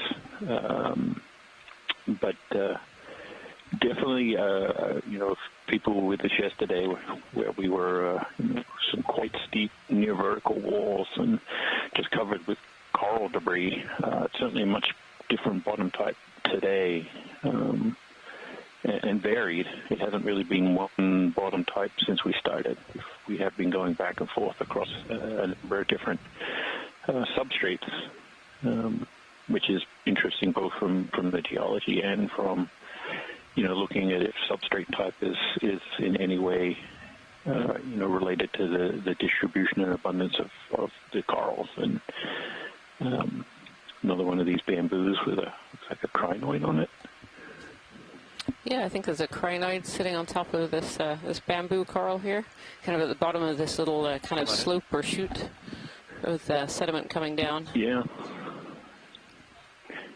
Yeah, these crinoids like to be up in the water column. We saw that one a little earlier on a rock face, and here is one kind of on the top of this bamboo coral. It's actually quite a large crinoid. So if we look at those lasers, those dots are 10 centimeters apart. They're harmless lasers. We use them to scale items on the seafloor, whether it's geology or biology. And so we can see this this crinoid is very large and really wrapped around. This is actually a great view of that back end, and you can see those little legs grasped around the top of this this coral here. Arms up in the water column picking out food particles. And they have something called ambulacra that go all the way down the arms, and those ambulacra grooves, and so all kind of the feathers that you see on the arms there will pick up the food, move the food into those grooves, and those grooves shoot the food all the way down into the center, and the mouth is kind of tucked into the inside in the center there. Beautiful. There may be a little snail feeding on the arm in the foreground. There are a group of snails that are known to specialize on these echinoderms. Yeah, I think there is. Very tiny. Very, very tiny. Video. I'm going to try to get closer. It's interesting, too, that this crinoid has picked an area where there is no tissue of the coral on that very tip of that bamboo. All the tissue is stripped away. The question there is, does the presence of those cirri, the legs, abrade the tissue, and that's why it's stripped clean, or was it stripped clean, and that's why the crinoid is taking purchase there? It's definitely a bit of a mystery. One of the things that I'm just really surprised by, we said earlier we're just surprised in general how much we're seeing, but, how many of these bamboo corals that we just sampled. What was that moving around? Did you see that, pilot? Yeah. No, I did not. It was a worm. So if you go right now with the lasers to the crack, all the way to the crack on the right. On the right. Yeah. All right, now follow that crack up a little bit. It was kind of sediment colored, and it moved around. I bet if you zoom in about now, you might see it. Come on in, partial. Yep, so it's reaching the bottom of the screen about now. Bottom of the screen left, very left corner. It kind of just looks like a brown worm. But I it think I see what you're looking at. Come on in, video. It was really going for it. Yeah, it's off the screen now. No, it's off the screen. Yep, if you back out a little bit. And a little bit more. It's like a game. Hot and cold. Keep going, keep going, keep going. Was it below? No, it's up in the top left corner. Yep, okay, so if you go left of the lasers ever so slightly, right there. So it's just below the lasers right now. Come on in. Oh, I see it. Come on in, video. Very well camouflaged. Very well camouflaged, but this one really hightailed it out of the area. I have you at 45. And I was originally thinking that this was a little scale worm, but I actually don't see the scales. It could be really tiny. If you have any more zoom. This actually might be one of those green bomber worms that we saw earlier. It's refusing to move. I can see its legs or parapodia are actually formed into kind of paddles, suggesting this is more of a swimming worm than a benthic worm. It has a very greeny yellow head with at least one long tentacle on there. Okay, let's come on up. Thank you, pilot. I was hoping it would swim again. But there we go.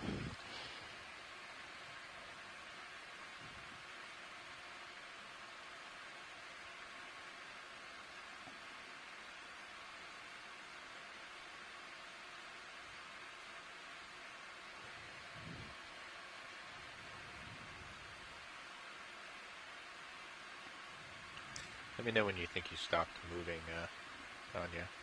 Yeah, I'm still moving a little bit. But I imagine we're getting close to the end of that. So this is just a really interesting landscape that we've landed on. We're currently at 3,410 meters depth. And we've landed in an area where we started in some rocky boulders and we've kind of moved into more of this kind of broken up pavement. And we've just seen a lot of organisms so far, considering the depth. We were potentially not expecting quite so much. I think you got your eye on it too, Pilot. There's a red... yeah, let's come on in on this guy. Might be either a sea star or a sea cucumber. But yeah, there's been a fair amount of life so far at these depths. Oh yeah, sea star. This looks very similar to one that we were actually seeing yesterday. You can really see the tube feet on this sea star really quite clearly. I think this is one of those slime stars. It has kind of an extra layer of skin and a opening, a dead center on the sea star to let water in and out. You can see those beautiful tube feet. So sea stars have what we call a water... somewhere. Yeah, it's on the move. Yeah, these sea stars have a water vascular system. So they have a little pore called a madreporite in them, usually on the top surface, that lets water in and out and actually controls these tube feet. So they bring water in to move the tube feet, and they can even create suction on the bottom of those tube feet, allowing them to climb up walls and even under underhangs and sit upside down. Yeah, so Christopher Ma, who's a sea star expert at the Smithsonian Institution, suggests this is a Anthomastus slime star. Beautiful.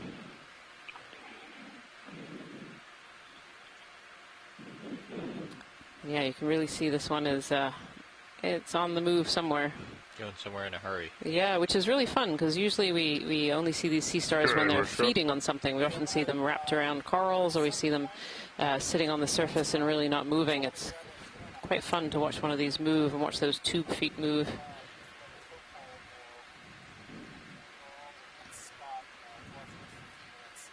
Beautiful. Good copy, will do. Understood. Thank you so much, Pilot. Pilot, you copy that? I copied. Pilot, did you copy that? No. Okay, they're going to be doing the rinser on the winch, so we'll need to stop winch operation at some point for a little bit. Pull up a Yeah, little before we move, can we just get a closer look at that branching structure above the sea star? Oh, right above the branching structure? Okay. That Pilot? Yeah, it's... Yeah, right there. Decade, we're getting into position, pulling up a little bit, and then we'll call down when we're ready. At first I thought maybe hydroid. Someone suggested a complex branching foraminiferan. I really don't know what it is. Can we get any closer to that, Pilot, or are we at full zoom? Is that full zoom video?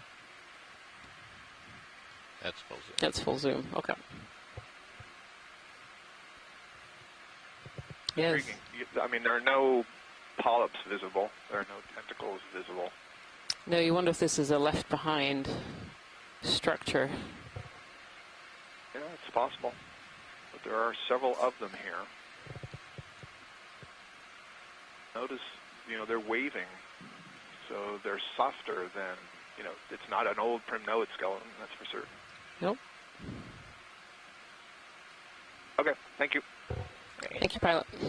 I'm at Delta 18, looking at you 60. I'll just note, I'm not asking to go back in, but I'll just note we can go back and look at it later. Do we feel there was a very small octocoral recruit next to one of those branches. Just to its left, there were two tiny polyps. Oh, good spot. Good spot. You see a bamboo coming out of an old skeleton here. And you see on the seafloor, sometimes we see these skeletons sticking up that are black or dark brown, and other times we see them sticking out where they're white. And the ones that are black have been there for quite some time. They have that ferromanganese patina that you'll have heard us say many, many times on each dive. This ferromanganese precipitates out of the water column at a rate of about 1 millimeter per million years. But the ones that are white are more recent. We don't really truly understand how this ferromanganese precipitates, or what kind of the evolution is from a dead skeleton to go to one of these skeletons that are black. But we do know that it will take a very long time. So any that are white are definitely more recent in terms of skeletons.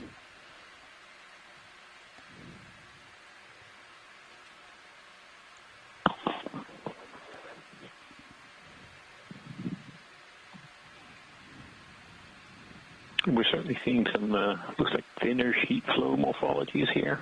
So previously they were big, thick, blocky flow types, and now these thin layers with almost bubbly tops, but not maybe not full big pillows like we've seen on other dives.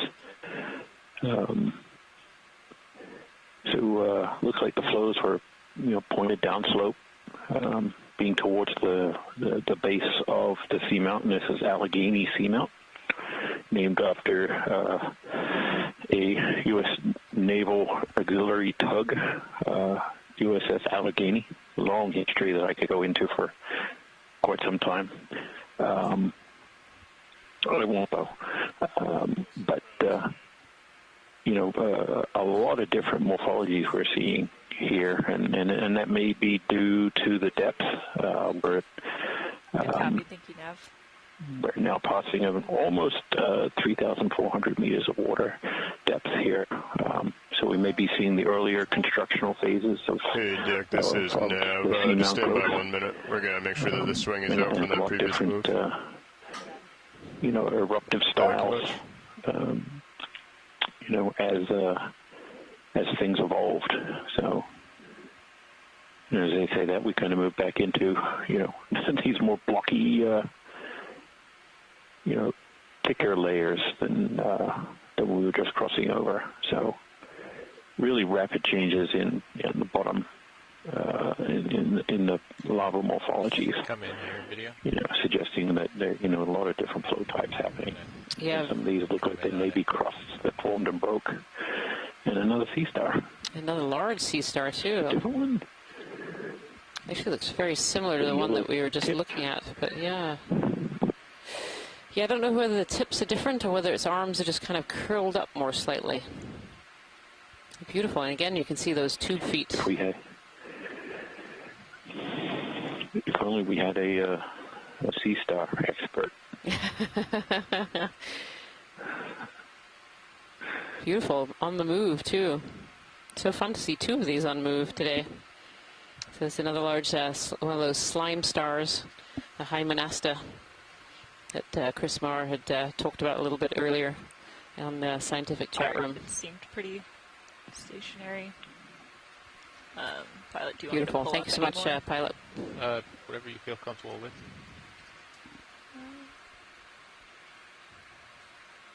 Come up a little bit, maybe 2 meters.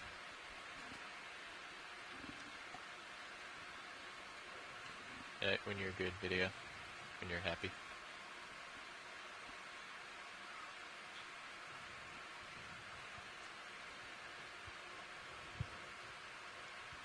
You can see more of these bamboo corals. We were fortunate enough to get a little collection of a small branch of one of these bamboo corals, so we can bring it back. We're in a good and then those will go into a national collection where any scientists from around the world are able to access those and thank you, Dick. And take a look and figure out what species those were. So Chris Mars just chimed into the scientific chat room that there was potentially another species of Hymenasta, something different from that first one that we visualized there. Yeah, these changing textures are really interesting, Jason. It's, from a biological perspective where we see changing textures like this, we often see a changing fauna. It's a very different organism that likes to live on a flat plain versus an organism that likes to live on kind of jumbled up rocky areas. So these are kind of very fun areas to explore. It definitely is keeping it interesting. We just crossed into an area that looked like, these big broken plates of rock pavement, almost like, what was underneath, which, may have been, erupted, lava either drained back or went elsewhere, and we see that sometimes in things like lava tubes and other things where understood. Thanks. Yeah, we've been watching it build slowly and the inside stays warm, 10-20 minutes, and it's able to flow. And for your information out, over time, if there are these thinnish kind of walls of tubes or crusts, that they can collapse at some point. But we're definitely seeing a very cracked up, broken set of morphologies here that do look like sheet flows, but they have these bulbous tops on them as well. Yeah, and all covered in these really long stems. So at some point back in history, there were definitely corals that enjoyed to live at this area. There's quite a high density. Of course, we don't know if all of these stems were alive at the same time.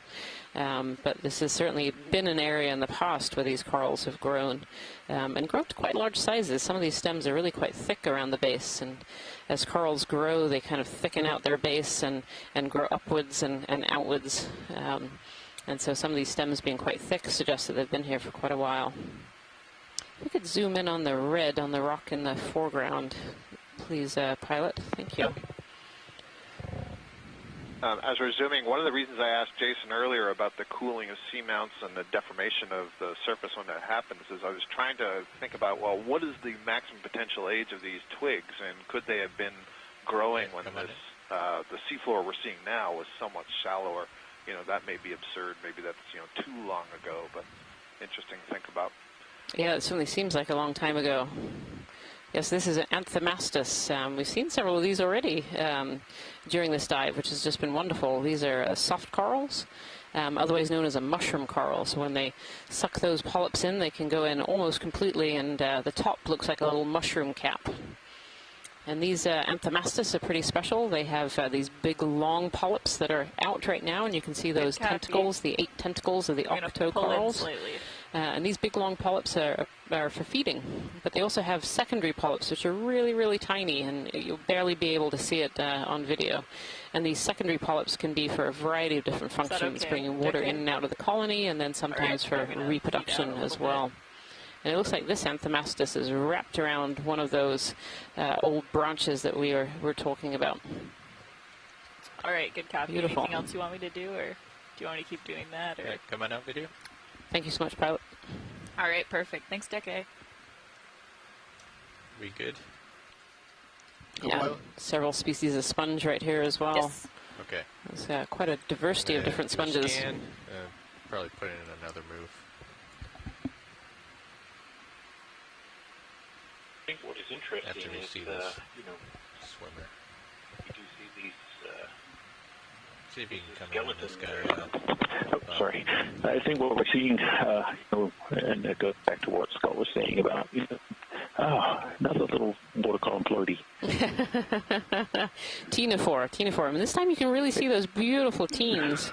Very iridescent and glowing kind of on the bottom there.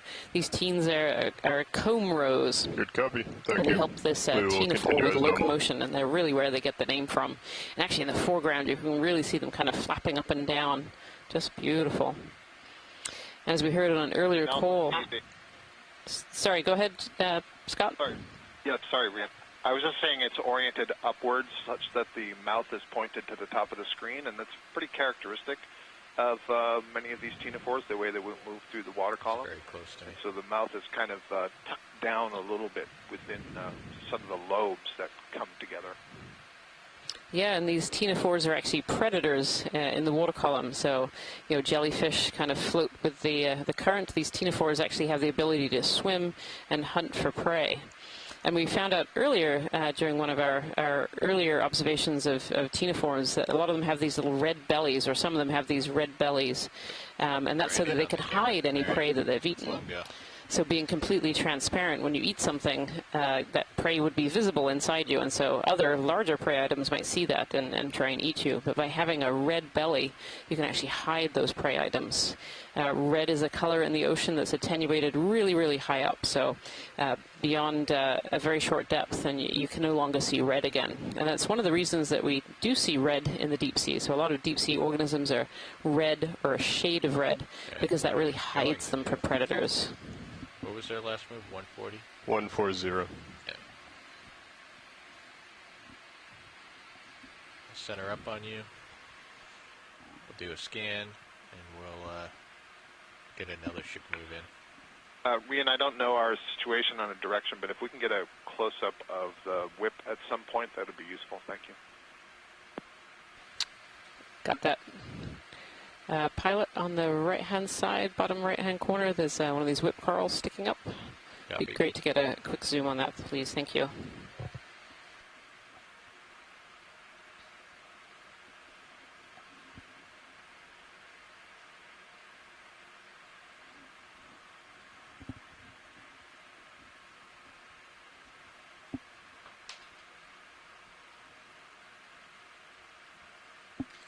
Okay, let's come on in. I think Les Watling was mentioning earlier in the scientific chat room here about polyps all being on one side, and I will say this single whip bamboo here, the polyps are definitely on one face, on one side. Very much packed in there too, together. Yes, indeed.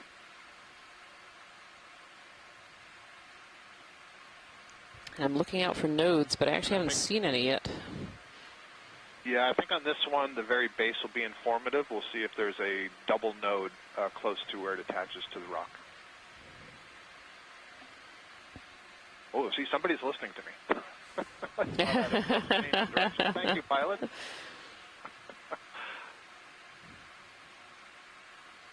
That's not something I get very often at home. So there's a single node, and then closer. This is a big, long base here. Oh, no nodes at the base. That is really interesting. Okay, that's outstanding. Great view. Thank you. Thank you, pilots. It's coming up. Cool. That's good. Move on. Thanks.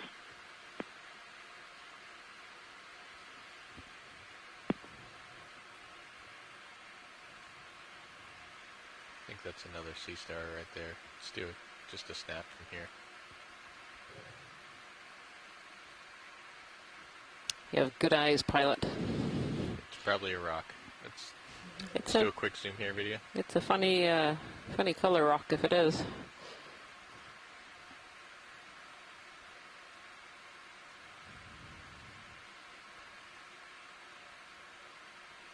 Oh, it's kind of the edge of a rock that's been covered over with an encrusting sponge is what that looks like, giving it the kind of purple color. Beautiful, very unusual.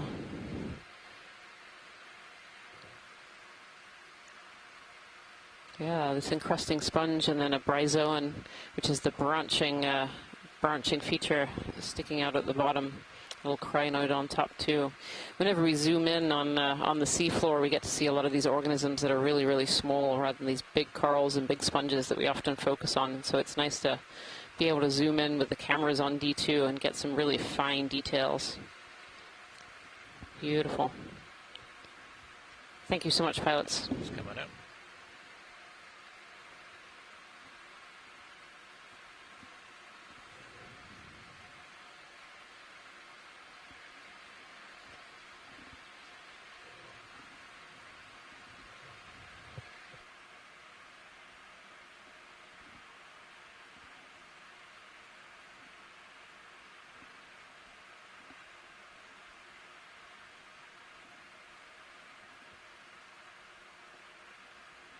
Going to come up and do a scan on you.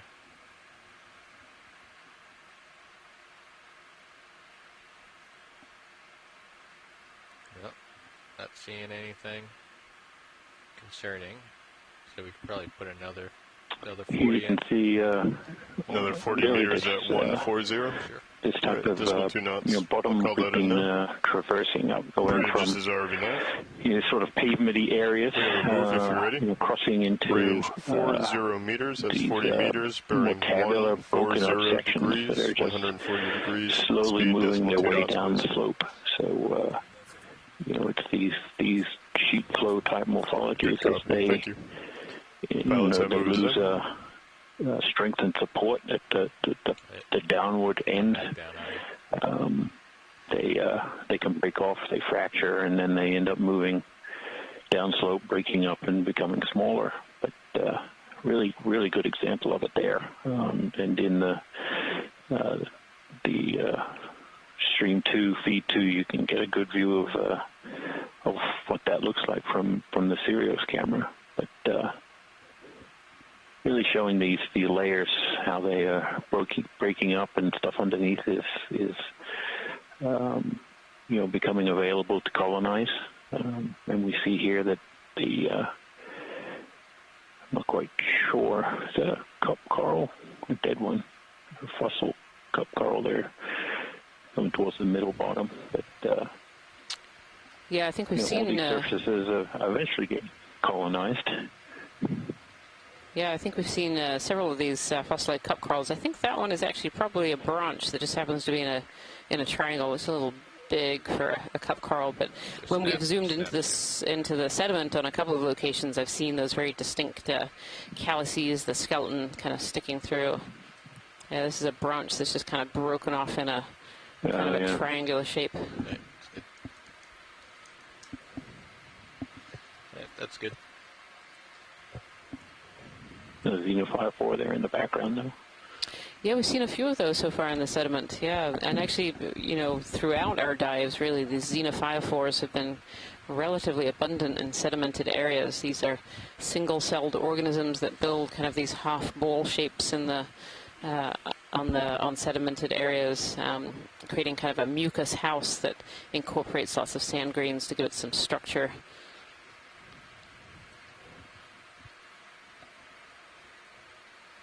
Yeah, sediment is much finer than we saw certainly yesterday, and on many of the other dives when I've seen those big pteropod accumulations, and those who were with us yesterday. If you could get a squall update, if you don't mind. We unofficially named 7th seamount because it was our 7th unexplored seamount of the expedition.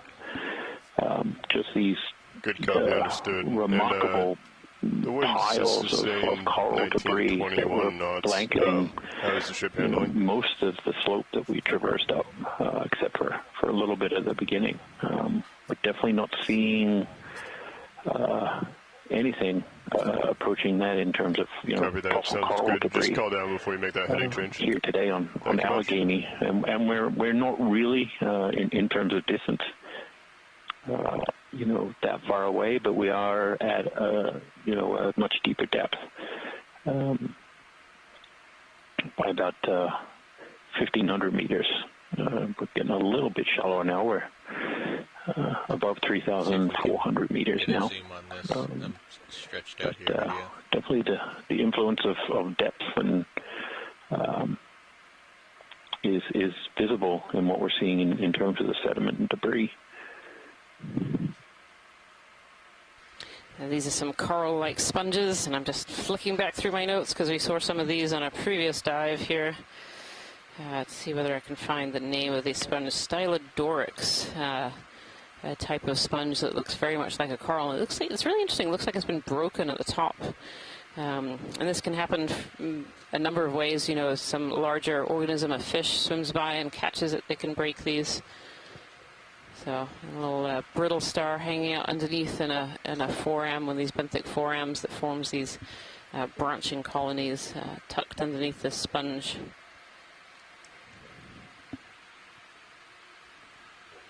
Beautiful, thank you, pilot. Okay, let's come on up.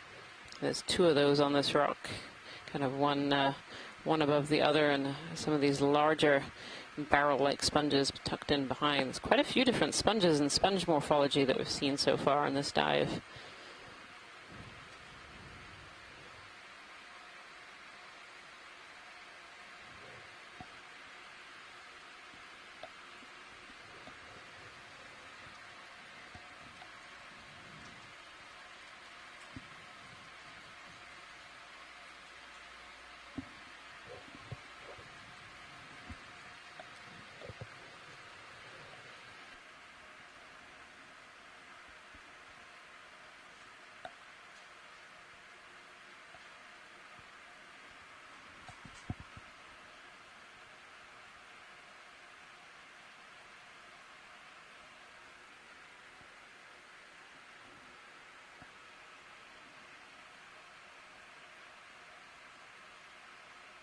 Have we been typically keeping oxalate off? Yeah, when we're on bottom. Good copy. It's mostly useful for like ascent and Yeah. descent. ROV workshop, this is Seeing lots of these larger pieces of coral rubble, kind of these large sticks in the seafloor. And we can scale those using, if you look really closely, you can see two laser dots in the center of the screen here, and these lasers are 10 centimeters apart and they're harmless.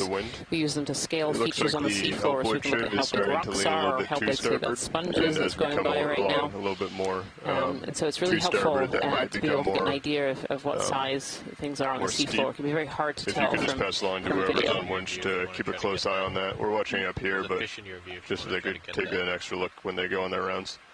I don't know if I can. Oh. So if you turn over to a live stream number 2, there's actually a fish in the Sirius cam right now. It's kind of at a far distance. It might not be able to get a good view, but you can see its tail swimming there. And that would be the first fish that we've seen. James Ainbury suggested we saw there was one a little earlier, kind of up far in the distance on the main camera, but we didn't get a good look at it. We got a fish down here. So there is a fish down here. So that live stream number 2 is what you're looking at is the view from the Sirius cam. Sirius is the second part of this 2-part ROV system. Sirius is attached directly to the ship, and then D2, which is the main body, is attached to that Sirius cam. And here we are. Oh, beautiful pattern on this fish. Really beautiful.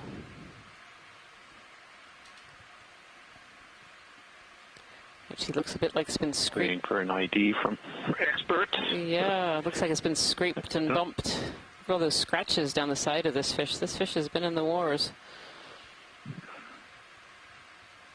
Look at those little white dots down the side. I wonder if those are diagnostic of something. Yeah, those funny, almost nostrils. Yeah, very large nostrils. That's kind of a feature we see on quite a few deep sea fish.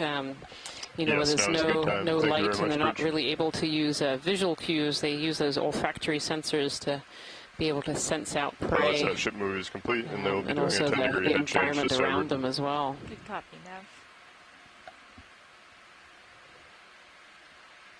Beautiful. And from Mike Vecchione, that those dots are the lateral line on this fish, and are very useful for taxonomy. So it's great to get a good view on those. And Mike Vecchione suggests this might be a snaphobranchid, which is a type of deep sea eel, or eel-like, I should say. Beautiful.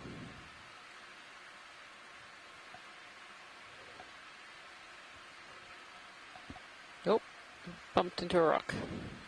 Oh yeah. Not very happy about that.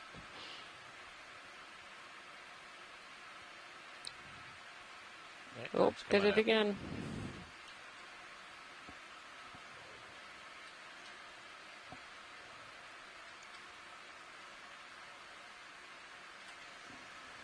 All right, let's come on up. Thank you, pilot. So actually down in the foreground, there are apparently a couple of different corals that we haven't seen yet. A little Chrysogorgia, which is a little buttlebrush coral. I didn't see them, unfortunately. And a primnoid whip. Co-pilot, for your reference, it took about 10 minutes for you to stop swinging last move. Yeah, I don't know if we're going to be able to find those again. Try and see it again. We can dial it in. Yep. Thanks. We'll definitely keep eyes open because there are potentially some other species of deep sea coral that are down here that we have yet to fully document.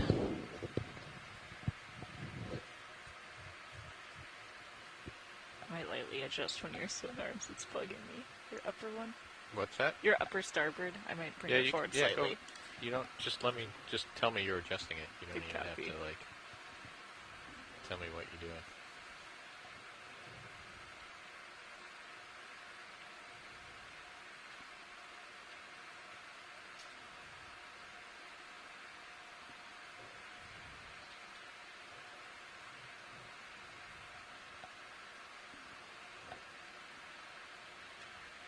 Get this guy real quick as I come by. This is beautiful. It's another one of those Stylodorix sponges. This one has a couple of barnacles and a soft coral growing on the end of this branch, this dead branch on the bottom too. The Stylodorix is a sponge. We have some barnacles and this soft coral growing on the bottom of this this old dead branch. Beautiful. Okay, let's come on out. Scott France just made the note that it's crazy how deceptive this one is at a distance. Good copy. New heading of a 200 is But they really do look like corals from a distance. They fool you into thinking they're corals and then turn out to be sponges. Yeah, they're distinctly smaller than the other things that we see. Very regular, but boy, they sure are tricky. I know. Those soft corals were really interesting, Rian. You'll have to remind me if you've seen them yet on the expedition. I don't recall seeing them. And I certainly on the Hey Pilot? Yep. Sorry, on the bottom right, just went out of screen. It's potentially a black coral. Yeah. Right there, thank you. Sorry, Scott, I didn't mean to interrupt you there. No problem. Yeah, I believe we've seen some true soft corals on some of the dives before, and it might even have been the deeper dive. I'd have to check back through my notes. Okay. Yeah, there's a few genera that are known, Duva and Drypha, up here in the North Atlantic. Gersemia as well. Yep. Now this is interesting, Scott, while you're on the line here. I think this is a black coral. This will be the first black coral of this particular dive. Yes, I absolutely, 100%. That is a black coral. And beautiful. Tina's still around. I'm not sure if I would say this is Stauropathes or Cladopathes. Yeah, the beautiful kind of... Probably throw out another pathy. I know, there are so many pathies. Yep. So these... This is the one that, it's in the family where, I'm looking at the branches in the center there, and it looks like you have pairs of tentacles along the branch. And it's really interesting. Each polyp has 6 tentacles, but the polyps themselves get stretched out along the branch. And so you can see that between one pair, there's this raised sort of, beige ball there. That would be where the mouth is of that polyp. So you have to put 3 of those pairs together. That would be one polyp. Really unusual morphology. Really unusual, yeah, and it's these long kind of drippy tentacles that is a really good sign when you're just looking at a coral colony that this is indeed a black coral. And these black corals get the name from their really black and deep black pearlescent skeletons. Yeah, unfortunately it doesn't look like Tina, who is oh, there we are, there's Tina Moltsova from Russia, has just chimed in that this is a Stauropathes. And that's the first black coral that we've seen so far on this particular dive, and we're at 3,396 meters. And that is itself an interesting observation, because black corals are among the more common corals that we see at these greater depths. So it's interesting that is the first. Pull up a little bit. I was thinking the same thing, Scott, that we would usually see more black corals at this kind of depth, and that's the first one that we've really seen. Exactly. I sure wouldn't expect to see a whole lot more bamboo corals than black corals on a dive at this depth, but I'd almost say that the bamboo corals have been dense. Maybe that's going a little too far, but there sure have been a lot of those colonies. Yeah, I think I would use that certainly on certain portions of this dive, that they've been very dense. I mean, just in this one image here where I'm looking, I can see 4 of them. So that seems, for over 3,000 meters, that seems quite extraordinary to me. It's always a great day of exploration when we can use the words, "We're so surprised," and that's true again today. Absolutely, absolutely.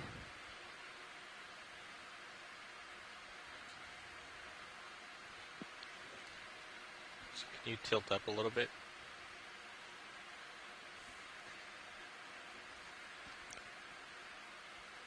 Jason, this area looks almost like someone took a hammer to it and kind of smashed all the rocks in the middle.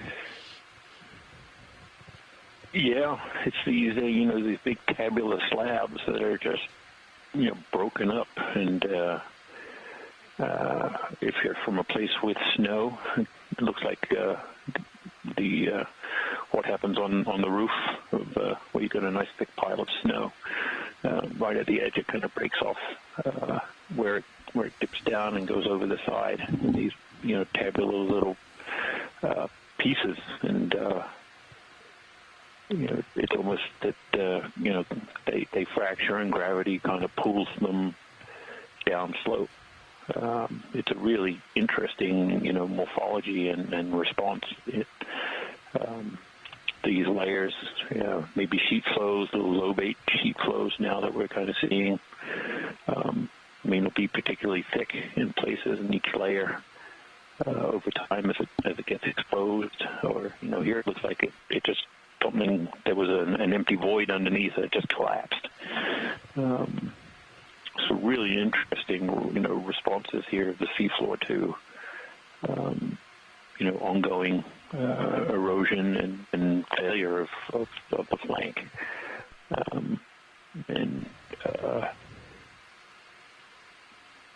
Almost like it's just kind of flowing down the side of the seamount in pieces. Yeah, absolutely. Each of these little kind of tables and pieces seems to have its own little sponge, or sponge garden. Sponge, I shouldn't say garden, sponge aggregation on top of it. They see 3 or 4 sponges on this table, and 3 and 4 on this one, and 1 on that one. It's really quite fascinating.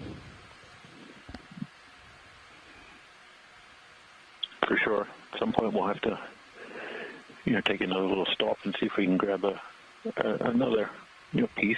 We already have 2 samples collected right at the start, actually.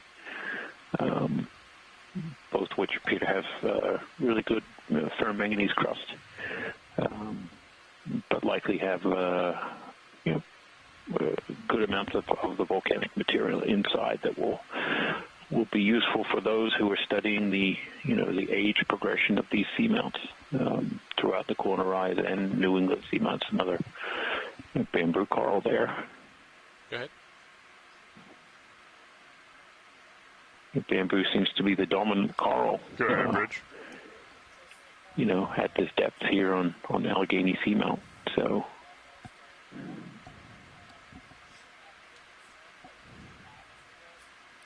good copy. A squall 11 miles off the starboard bow. Thank you much. I think on our dives, and this is dive 15, even now we're seeing different the different bottom types. We haven't seen this kind of, tabular sort of breakup of the slopes on, at least at this kind of magnitude on any of the previous I don't know. That might be seamounts. So we're this rock. They're looking at that rock. They are. This one here might be a loose one. They heard the calls for. I think it's loose. Yeah. Yeah. Would this be one potentially for a sample? Is this suitable? I think so. It looks like it has a really good crust on it. I'm sure there's good stuff inside. It's part of one of these more low bay parts of these sheet flows. So.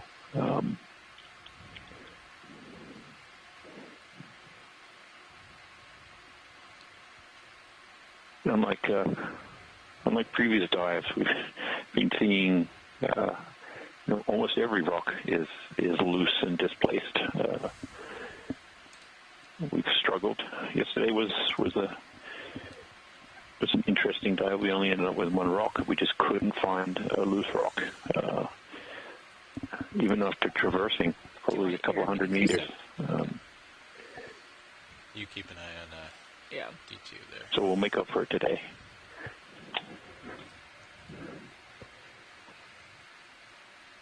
Yeah, it's loose. Should I give it a squeeze test?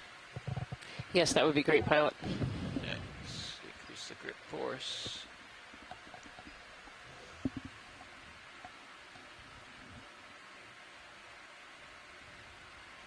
And which side do we have rocks in, Nav?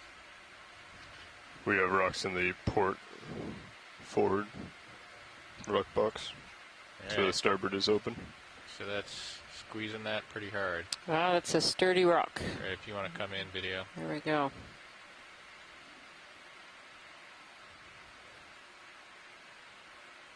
I like sturdy.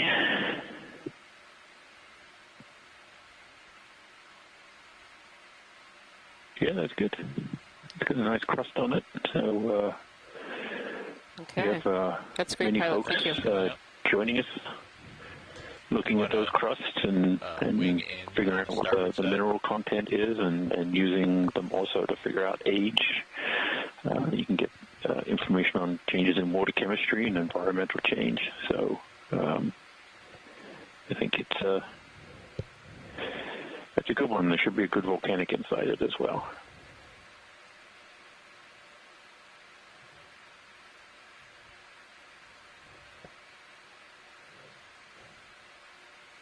Okay.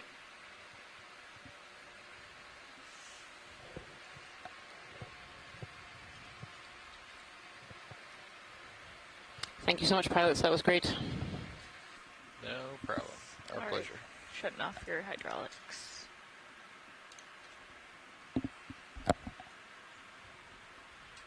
Yeah, you get the waypoint. Yep, good to go. If you are just joining us here today, I'd like to welcome you to Dive 15 of the NOAA Ocean Exploration Expedition North Atlantic Stepping Stones. And the stepping stone that we're looking at today is Allegheny Seamount, which is about almost midway on the New England Seamount area. And we're doing a deep dive today in Allegheny. We started this dive at 3,480 meters, and we've come up about 100 meters so far to 3,385. And here's another fish just swimming off in the distance. This looks, I wonder if that's the same one. Who knows?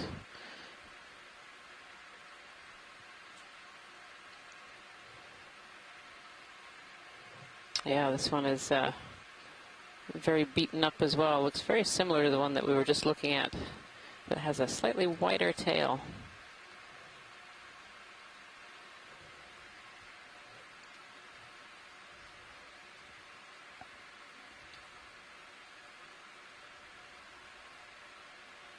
Off it goes.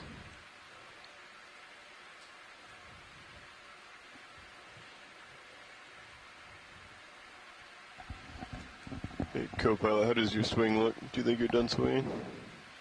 Yeah, I think I've been pretty steady here. Copy that. It's definitely... Yeah, swordtooth eel, Snaphobranchid. Right.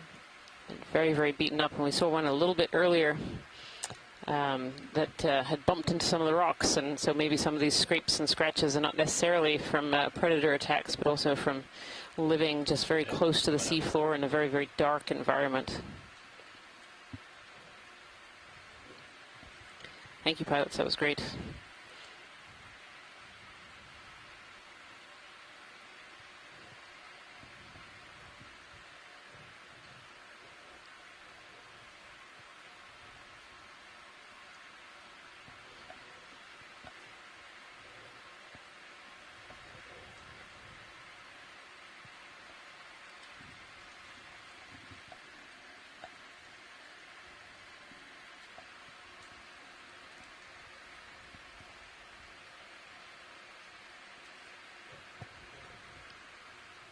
This blocky landscape, we see a lot of these sponges and some of these bamboo corals, and a little bit of fossil coral rubble in kind of the cracks and crevices of the rocks. They're not quite as much as we've seen before, as Jason was saying before. Oh, and here's a sea cucumber, actually a really large one. So those dots on the seafloor, those are scaling lasers. They're harmless lasers. They are 10 centimeters apart, and they help us to get an idea of scale on the seafloor. And this is a big, long sea cucumber. And these sea cucumbers are echinoderms, which means they're in the same phylum as the sea urchins and sea stars. And these sea cucumbers tend to eat sediment, and so they're wandering along the seafloor and eating sediment, and just through kind of the pink translucent skin there, you can kind of see some of the digestive tract. There's not a huge amount of food in these sediments in the deep sea, so these sea cucumbers really have to ingest a lot of sediment. They've been likened to vacuum cleaners. They'll take in the sediment, and through its gut system, it'll clean out all the particles, all the food, and out will come more cleaned sediment out of the other end. Okay, when you're good. These sea cucumbers have tube feet as well. We were looking at the tube feet earlier of those sea stars that were just so beautiful and really obvious, and kind of tucked under the sea cucumber would be some of these tube feet as well, also with that water vascular system. So no no major hard parts, no major skeleton in these. The structure is kept by smaller spicules, so smaller hard parts, and then also this water vascular system.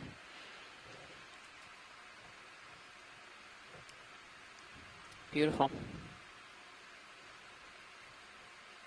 And kind of looking out over the landscape, we see these sponges. They're kind of a yellowy white, but with some sediments on top.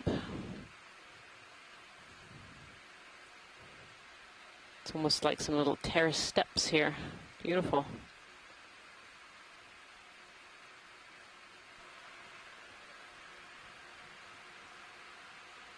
It's always very striking for me to imagine how this formed. Like, how did this mountain get here? And looking at these views and looking up at the various different cameras all over D2, you can really see that this is truly a mountain under the sea. You know, these seamounts are formed in much the same processes. And here under the ocean look like very much like mountains when we get lucky enough to get down here and visualize them. Yeah, certainly. You know, as you can look at examples that are, you know, where we can see, like places like Hawaii. The Hawaiian Islands are part of a chain that actually goes underwater. The Emperor Seamounts that record movement over a hotspot, and the island of Hawaii currently sits above that hotspot. And it's the same process that generated these seamounts. You know, so you can get a sense of the scale of the processes that were happening, and I don't even know that we have a final count on the number of seamounts in the New England Seamount chain, but just to think about when this was all happening, when these were actively erupting and building. And that process continuing on for millions and millions of years, it's just amazing. And here we're getting really good views of the different styles of eruption and how the rocks are erupted out, and the morphologies that are left behind. And we can kind of interpret a lot about it from what we see. Of course, there's a squat lobster, stealing the limelight. Oh, tucking back in there on those beautiful botryoidal textures on there. I was noticing the botryoidal textures. And this, Munidopsis. Yeah, we let's let him go. We haven't seen, certainly yesterday we were, we saw those botryoidal textures, probably at those botroids or those individual little bubbles or grapes, whatever you want to call them, were really large, and we were a little confused by them when we first landed yesterday. And we're not seeing, big development of that texture here. When we zoom in, we can kind of see it, but. This somewhat smoother. Copy that. 40 meters bearing 140. Probably is also telling us the same story as the Bridge is ROV now. That perhaps you have a move if you're ready. The velocity, range the current 40, velocity that's is high 40 enough meters bearing 140 to generate degrees. Speed 0.2 knots, please.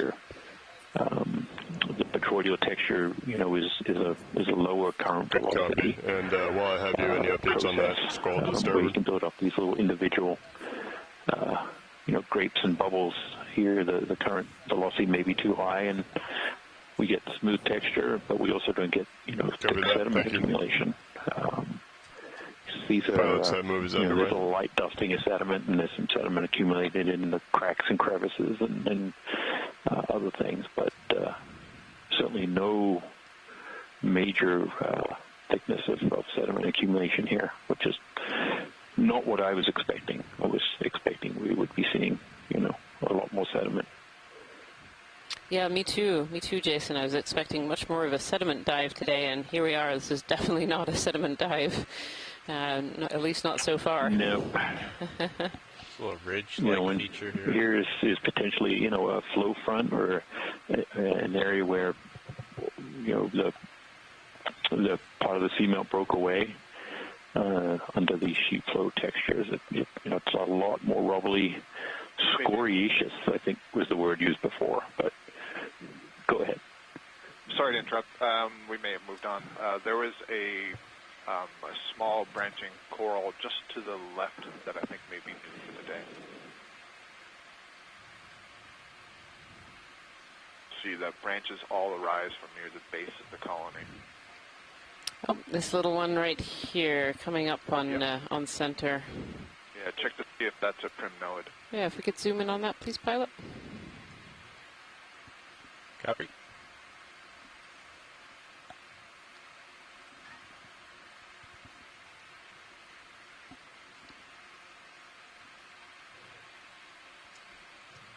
Okay, go ahead in.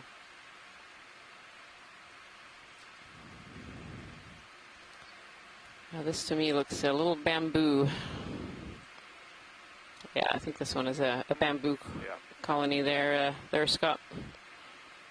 Yep, okay, sorry to stop the progress. That's okay. Thanks for zoom. Can we tighten up on this one?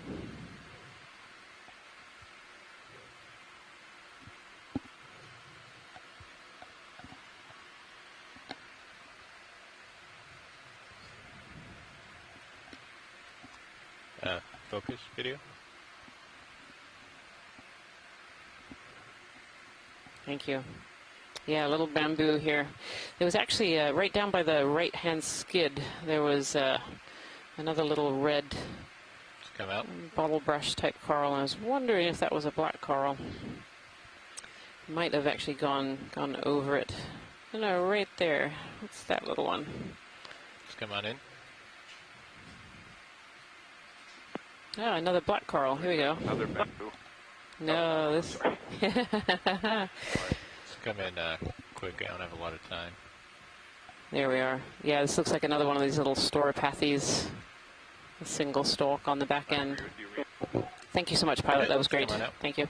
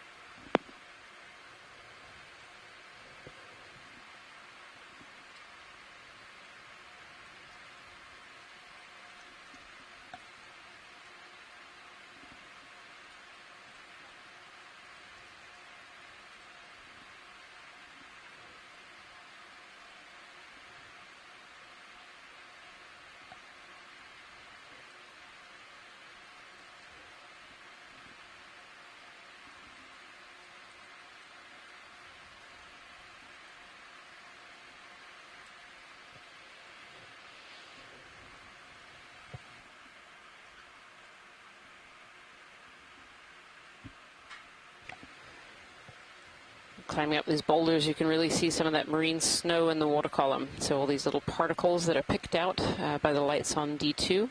This is marine snow, and marine snow is kind of a mix of a lot of different things. It can be plankton in the upper water column that has died and is falling down. It can be sediments that are coming in from the upper ocean as well. It can also be other organisms that have died in the water column and are falling down. And it can really be this marine snow that feeds the deep ocean. So a lot of the organisms that live down here are very, very much reliant on this marine snow in one form or another. So we've seen a lot of these deep sea corals. These are suspension feeders, so they have their polyps and tentacles out in the water column collecting those particles of marine snow as it comes down. These sponges are filter feeders, so they're looking for the even smaller fractions. And they are filtering water through little pores. And then there are the scavengers as well, looking for the slightly larger particles that are falling down on the sea floor. And things like those sea cucumbers, which are eating the sediment directly, so they're eating that marine snow as it's settled on sediment. So the marine snow is really very vital for the life processes of the majority of the organisms that we're seeing today.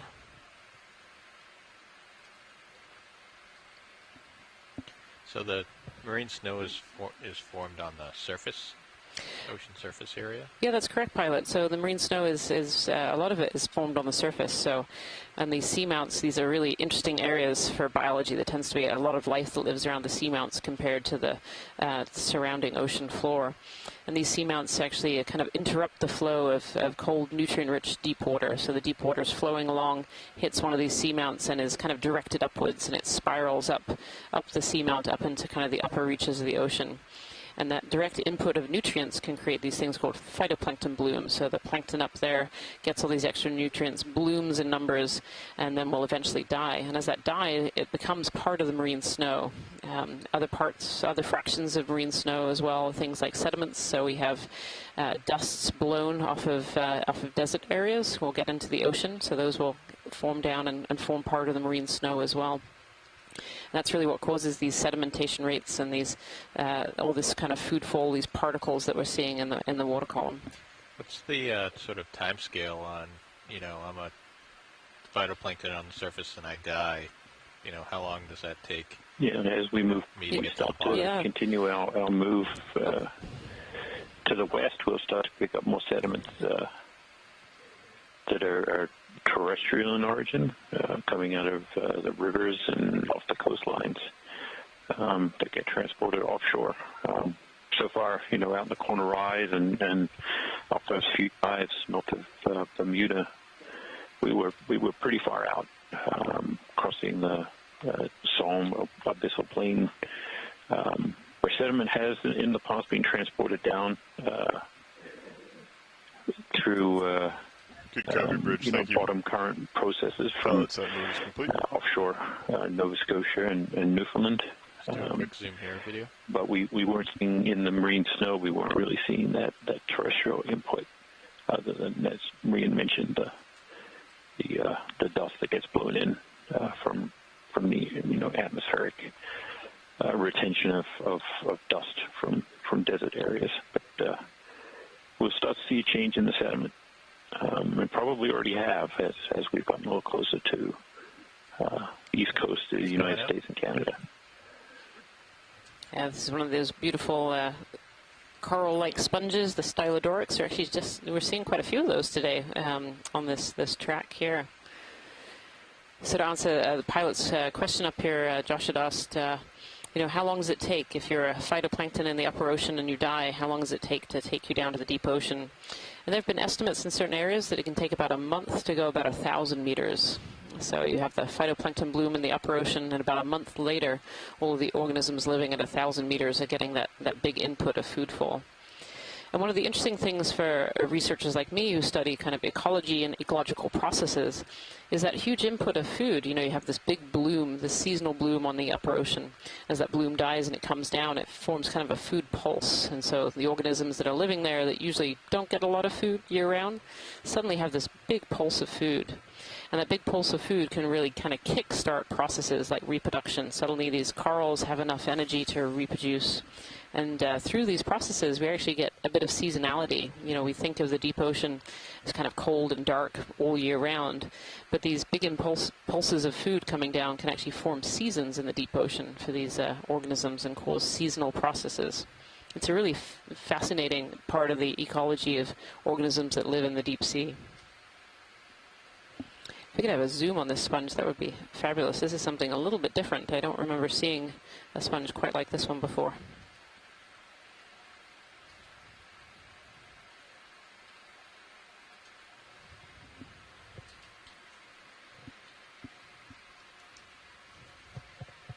Hey, video, if you want to come in.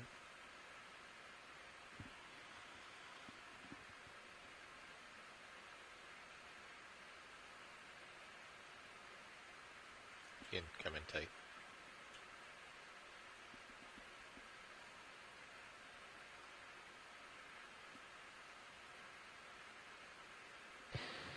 So this is a beautiful shot of these sponge and these pores. So sponges are filter feeders, so they have pores all on their outside, and these pores are drawing in water. There are these special cells inside those pores called choanocytes, and they have these little wiggly flagella in them.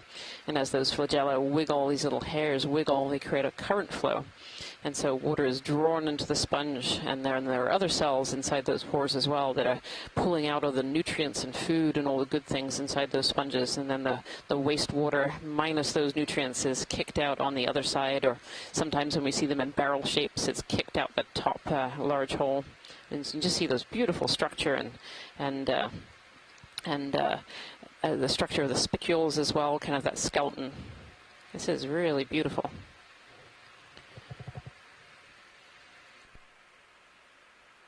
Go ahead. We're on a move. We might be able to grab it. Can you come wide?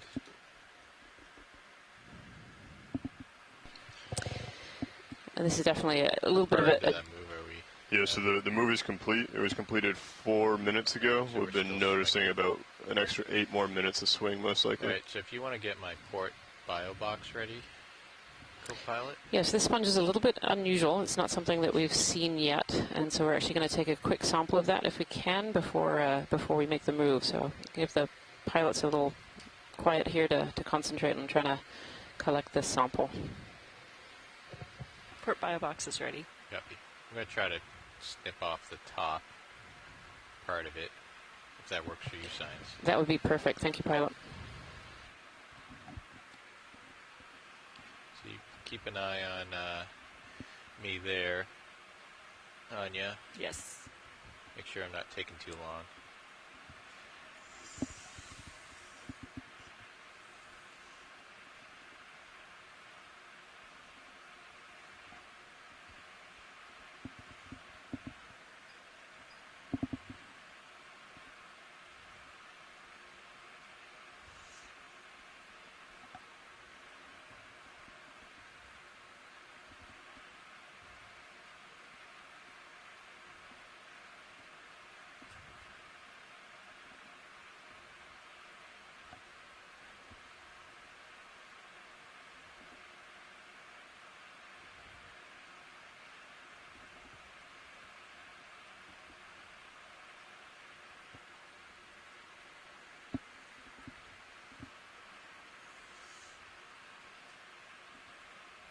Is that enough, Watchlead?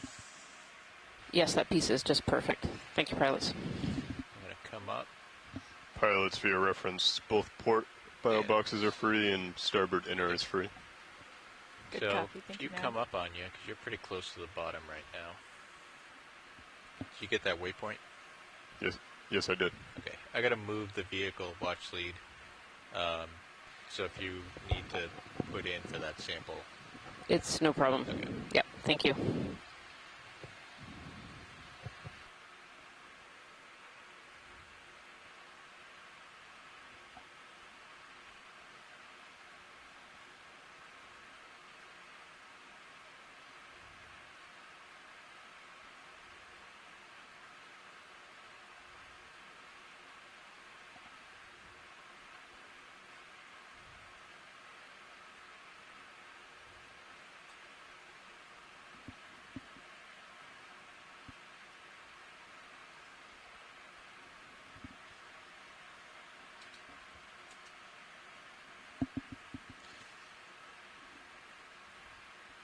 Okay, if you want to extend the drawer. Okay, extending drawer.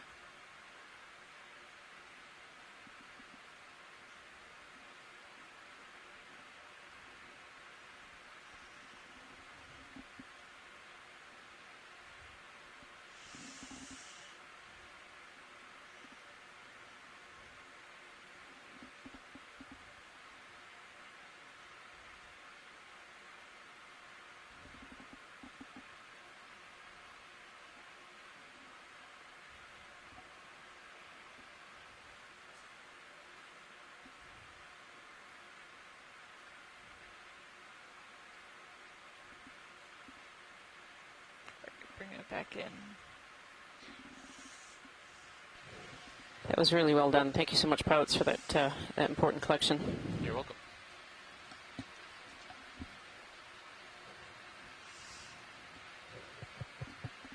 All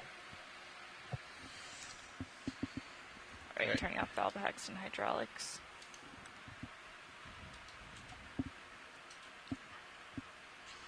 All right.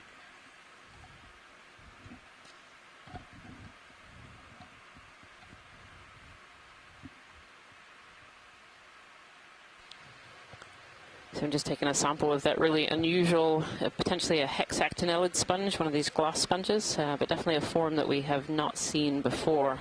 And our depth right now is at 3,369, and it's a good time to remind us that not many people have seen this depth, particularly in the New England and cornerized seamount area. This is a very underexplored depth in this particular region, and so everything that we're seeing in these transects and some of these important samples that we're taking are going to be incredibly valuable for trying to understand some of the deeper water fauna of this region.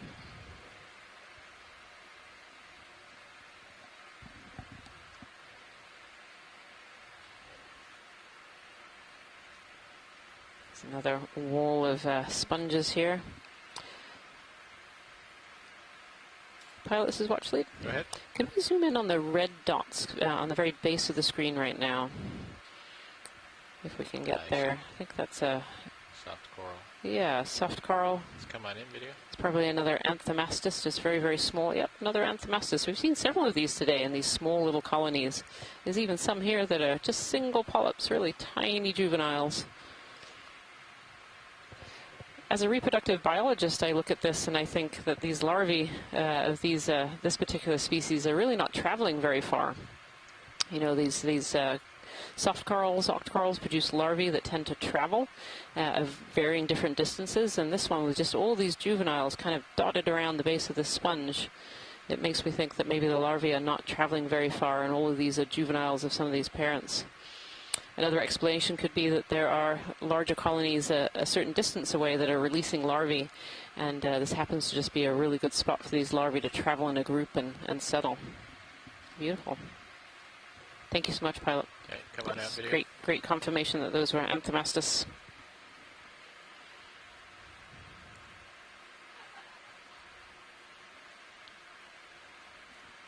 Quite a few different organisms kind of here on this edge, and this is something that we see pretty often in the deep sea, that it tends to be more organisms living on these edges than necessarily on the flat tops. And that can be for a variety of reasons, and you know, reasons that we don't yet truly understand. But on the tops of these features, we often see a bit more sediment, and sediment can really interrupt larvae from both settling and growing. It can also be that these edges can increase water flow a little bit, and that in turn can stop the sediments from settling, but also brings in more food and nutrients to these areas as well. Kind of increases a little bit of water flow where you get to the edge. And the other factor, of course, we have to think about when we think about larvae and settling is predation and where predators are. If a larvae settles in an area where there are a lot of predators, such as for deep sea coral, such as sea stars or urchins, then those larvae are never going to get to settle and grow. Oh, look at those beautiful deep sea corals. It'd be great to have a snap zoom on some of them just to confirm some species here. Hey, if you tilt up. Just beautiful. A little bit. I was about to say, look at those gorgeous rocks. You beat me to it. Of course. It's all inclined sheet flows that, you know, this huge overhang that's formed here. You know, Jason, just to steal a little bit of the coral's limelight. Yeah, you know, Jason, these beautiful corals couldn't be here without the beautiful rocks. So. There we go. We love the rocks. I was about to make a comparison to some dives in the Pacific where we saw these Stellodorks, these branching sponges, and they had this similar orientation that they were in these long rows. And so you were talking, Ian, about the various factors that go into determining where they're growing and when they grow well. And another is their interaction with each other, and if one is, you know, blocking a current from the other. And so that might be one of the explanations for why they seem so nicely spaced. Yes, indeed, that could well be, for sure. I'm just, sorry, I'm looking at these corals on this beautiful rock here. See a persingid sea star on the top of this coral here. Ooh, these are different. Ah, this one's been eaten or has died. At the base there is a bamboo coral. Is it a bamboo? Are those nodes? Maybe that's not a bamboo. Be good to get a zoom in on that if that's possible, Kyle. Video if you have any more. Yeah, primnoids. Yeah, this is a primnoid, a different kind of octocoral. I was mistaken by some of the banding, which was created by the, I think, hydroids on there.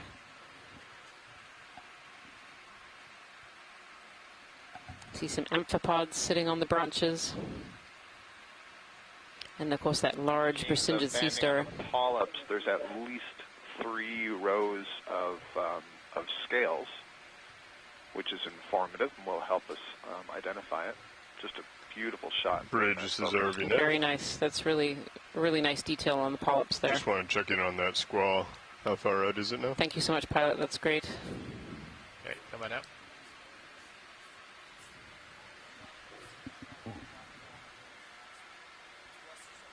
Okay, let's come on out. Understood. Sounds good. Thank you.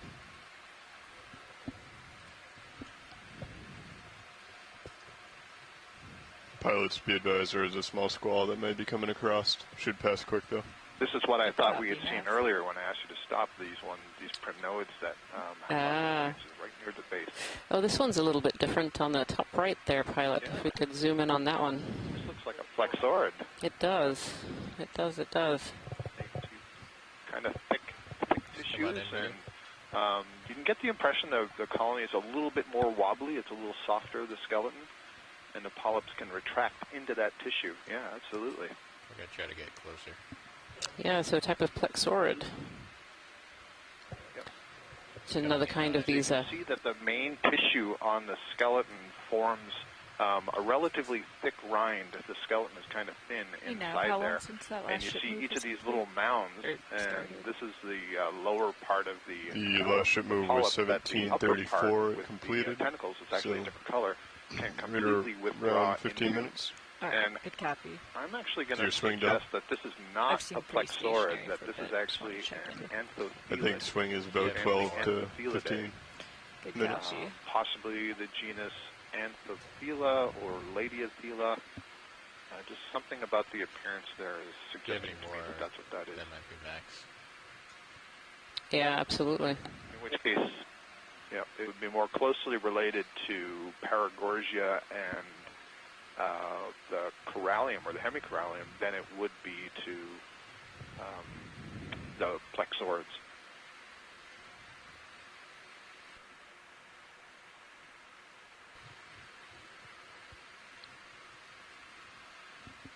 Thank you so much, pilots. That's beautiful. Moskowitz is suggesting maybe it's a type of Paragorgia, which would fit into what I'm saying. All of these are Sclerexonians, and so maybe it's a white morph Paragorgia rather than the red morph bubblegum coral we're used to seeing. So that could absolutely be the case. All right, it's coming up.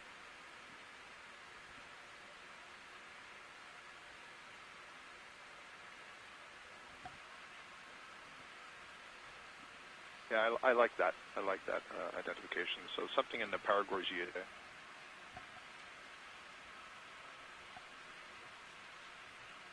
Okay. Stand by one.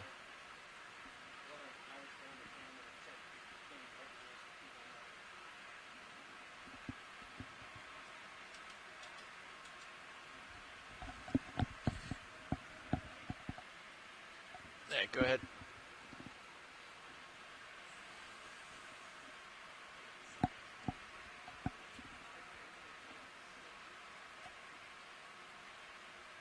So we are just troubleshooting some issues with the camera right now, but hopefully we'll be back very shortly.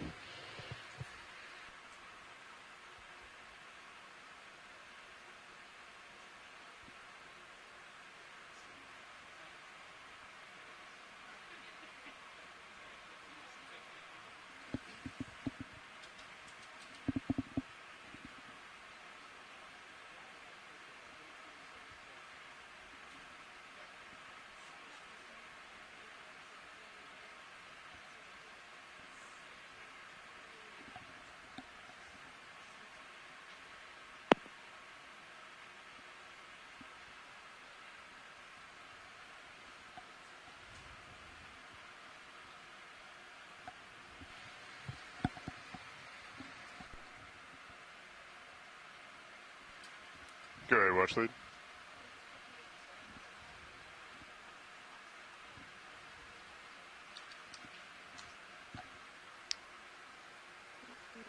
Watch lead, current off bottom time is 18:31, so 2:31. Yep, no problem. We have about 40 more minutes on bottom. Right, we could probably put in another 40. Do you, Kerr, on you? Yeah, I concur. I think we're probably just going to be following this ridge for a little bit, so... Go ahead, Bridge. 210. Yeah, that should be fine. Copy that, thanks. Are you all still happy with the 140? Is that squall coming through right now? Yeah, it is. I believe so. Yeah. We're starting to peak on wind, and they're making a heading change into the wind. Current is dropping down, though. I've been keeping an eye on the outboard shift. Yeah, 140 is fine. Let's wait until...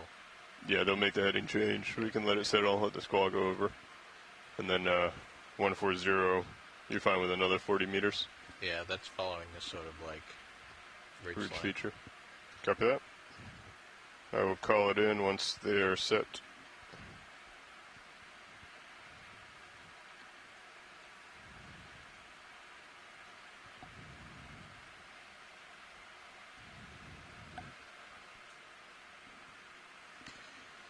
All right, watch lead. We're just waiting for the ship to make a heading change. There's a squall coming through, and then we'll be able to put in another ship move and keep moving along. Okay, that's great to hear. Is there any chance of going back to that large rock feature, or is that too far out of distance? Do that. Yeah, some of the geologists would really like a good look at kind of the scale of that feature, if that's possible.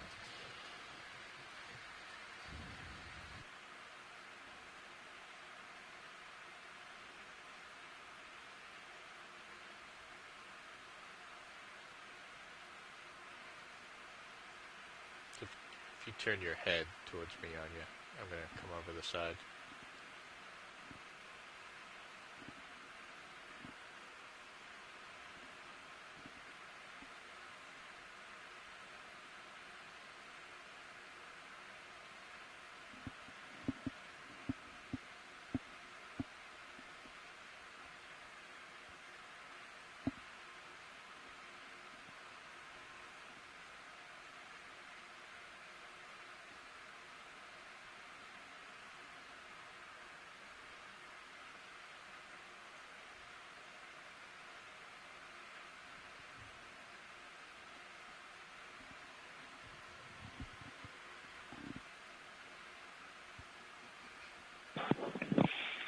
Yeah, this is really interesting from the perspective of kind of having a cross section through the rocks that we weren't seeing. As much of as we've been coming up with, so we kind of you can kind of tell what direction we came up. I'll wait to make a move until we're back. These are pointing down that way, and you can see the really well expressed different sheet flow morphologies here in these images. It's actually a view you don't often get to see, where it's almost one whole side has kind of dropped away here and broken off and exposed. This side of the seamount, we can, how extensive some of these eruptive events must have been to generate flows, of these thicknesses.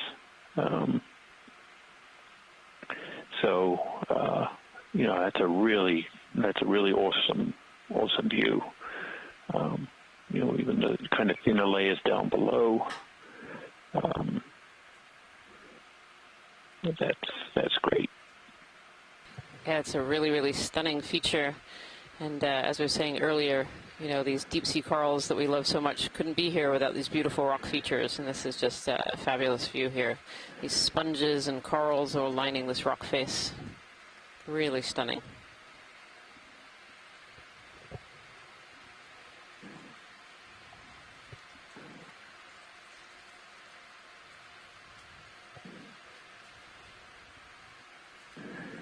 Beautiful.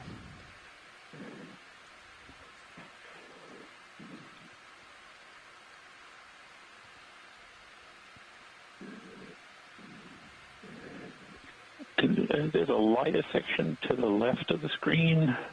I don't know if Jerry would go back that way, but slightly to the left. Did you say a lighter section? Yeah, the rock looked lighter. I don't know if it was just the lighting or... I think it might just be a little bit more covered in sediment. There's more of a kind of a sediment cover a little bit on that rock. Yeah. Yeah, sort of at the bottom here. From a distance, it looked a little different, but yeah, it just seems to be... you can see where this ferromanganese crust has broken off. There was a thin layer of it there. A really amazing view. Yeah, beautiful, really beautiful. And of course, covered in all these very coral-looking sponges here, these stylodorics that we've seen quite a few of as we've got kind of up to this depth range. At the moment, we're at 3,368 meters, and we started this dive 15, at 3,480 meters. And if you've just joined us today, we have about 30 minutes left of this dive. This is dive 15 on Allegheny Seamount, part of the NOAA Ocean Exploration Expedition North Atlantic Stepping Stones. We've been doing a deep dive today, looking at some fauna that have never been looked at. This seamount has never been dove on before, and so this is a really good first look at this depth. It's been really exciting going to this depth today, not just because, you know, Allegheny has not been visited before, but also because this depth is very, very underrepresented in the New England Seamount area. This is a depth that's really been unexplored or virtually unexplored in most of the Seamount Chain. So it's really exciting to be able to see what organisms are living at this depth in this area. Range 40 meters, bearing 140 degrees, speed it's been 0 really fascinating, knots, please. Even from a biologist point of view, just the geology of this area too, just how varied it's been over this relatively short track. We've only come up about 100 meters or so in terms of depth, and we've just seen such a variety of different geological formations. It's been really quite fascinating.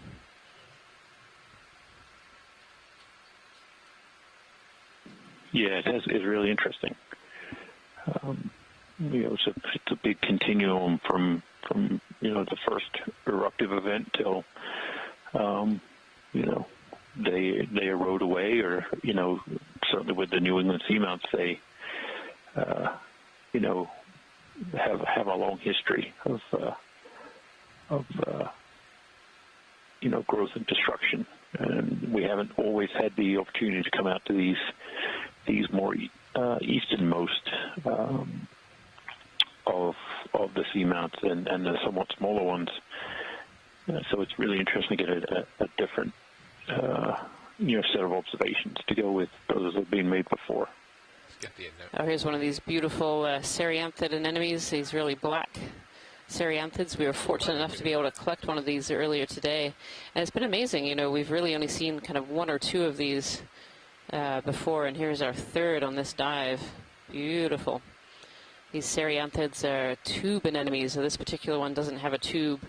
And one of the major features is they have that second row of tentacles, those inner tentacles lining around their mouths. Really beautiful. You know what's really interesting about this rock, too, if we zoom out just a little bit, we can see all of these feeding traces. See all these kind of dark areas on the rock? And these are feeding traces from organisms that have been scraping off bacteria and other food particles off of these rocks. And I'm kind of looking around and searching, but I actually don't see the culprit of these particular feeding traces. It's not the anemone. The anemone is not creating that pattern because it kind of extends over to the left-hand side and kind of up behind it as well. You know, we usually think of these feeding traces as potentially being snails, or we've seen chitons and limpets. You know, something with kind of a hard teeth to be able to scrape these rocks. We've seen a few of these trails today, but we have yet to find the culprit of some of these trails.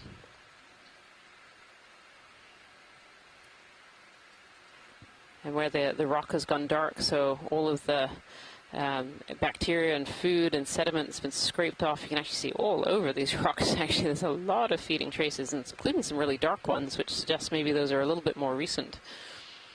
Of course, these feeding traces, as pointed out the other day, these feeding traces could last for a very long time because the sedimentation rate and the rate of things falling from above is so low. Thank you so much, pilot. No problem.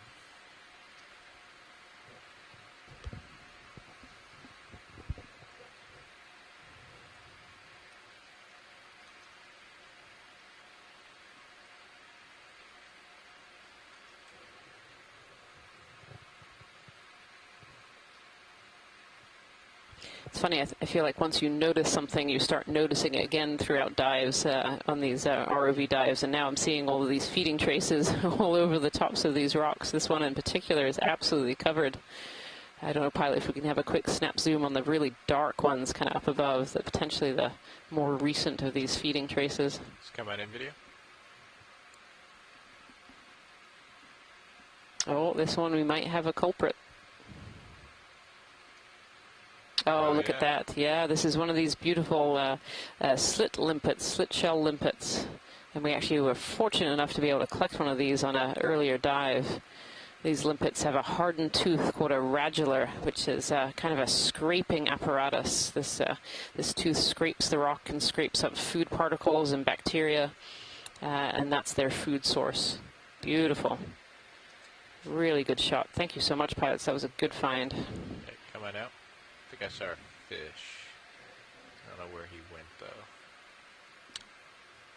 Oh, there was word of a fish. Let's see.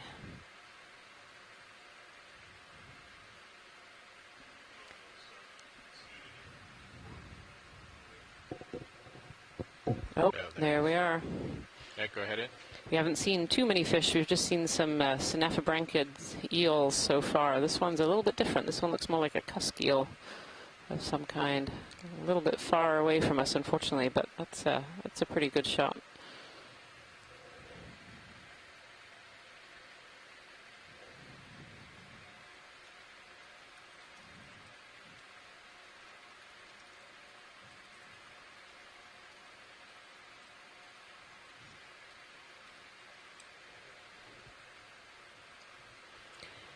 These fish in the deep ocean often have this very slow swimming. It's called slow sinusoidal swimming, and it's so they don't use up too much energy.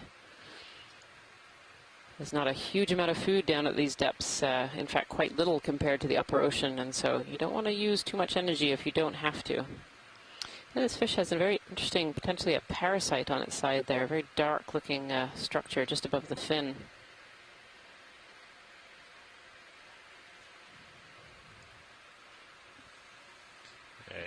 You can really see that cusk eel shape, kind of the larger head and the skinnier, almost tadpole looking from the top. Just does not want to turn around. Thank you so much, pilot. Oh, there it goes. Finally noticed we were following it. Go ahead in. Just get the head.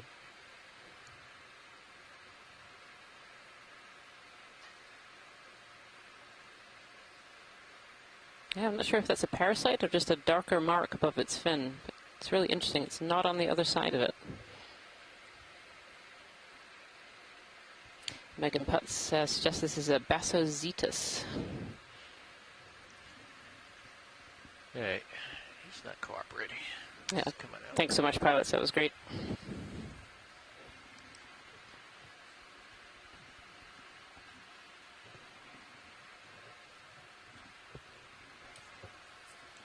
Good copy, Bridge. Thank you. Pilot set move is complete. Get another good view of this this ridge here. Thanks to the fish. What's that? I can't hear you. Copy. Yeah, I'm starting to feel that move. Copy.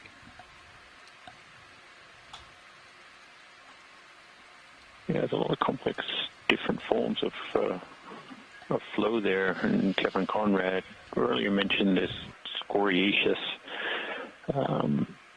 texture that some of the rocks seem to have, this kind of bubbly, broken, rough texture that you get sometimes in volcanic flows. Hard to tell if that's exactly what it is or just some later texture imparted by the ferromanganese crust, but There's another fish really here. Dramatic. This looks like one of those synaphobranchid. See? Yeah. Quick zoom on it. Ken Sulek had identified the synaphobranchids we saw earlier as a Synaphobranchus cowpie. And this one certainly looks similar with all the scratches and scrapes from predation and potentially from hitting the walls as well. Beautiful.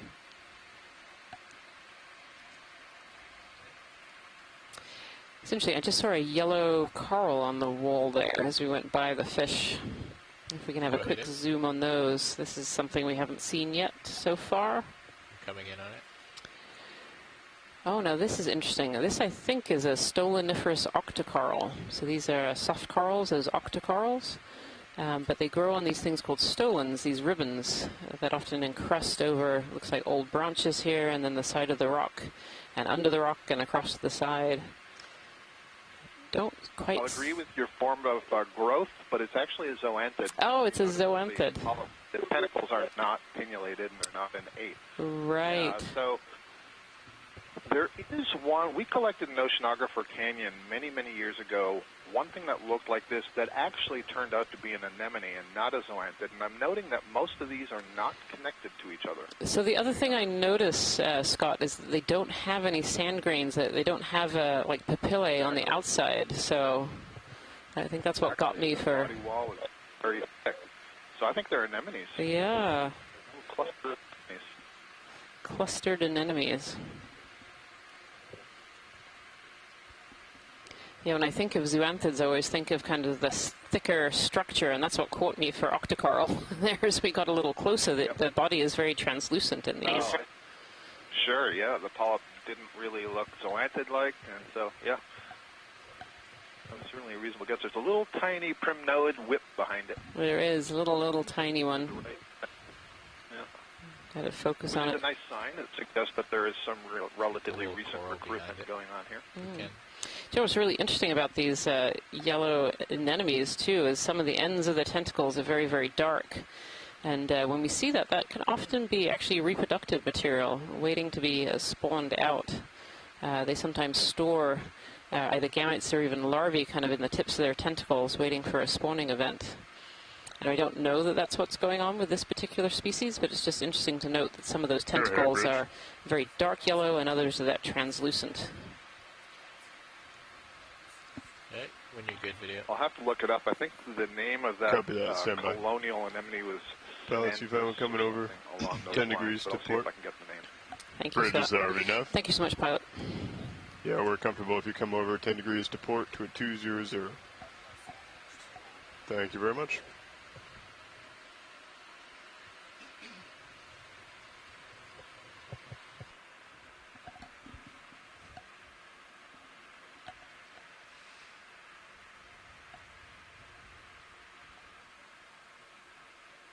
Kind of go up this rock face here on these edges. You know, these edges are just absolutely covered in different organisms. You see some brachingids and lots of sponges, and as we just saw, some different coral forms as well, and the red Anthomastus we can see, and then those anemones that we were just looking at, those yellow anemones. Some primnoids, some bamboo corals, and it's really in contrast to the very top of these features as well.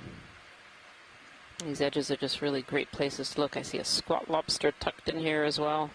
Oh, those brachingids on the edge of that wall there, just beautiful.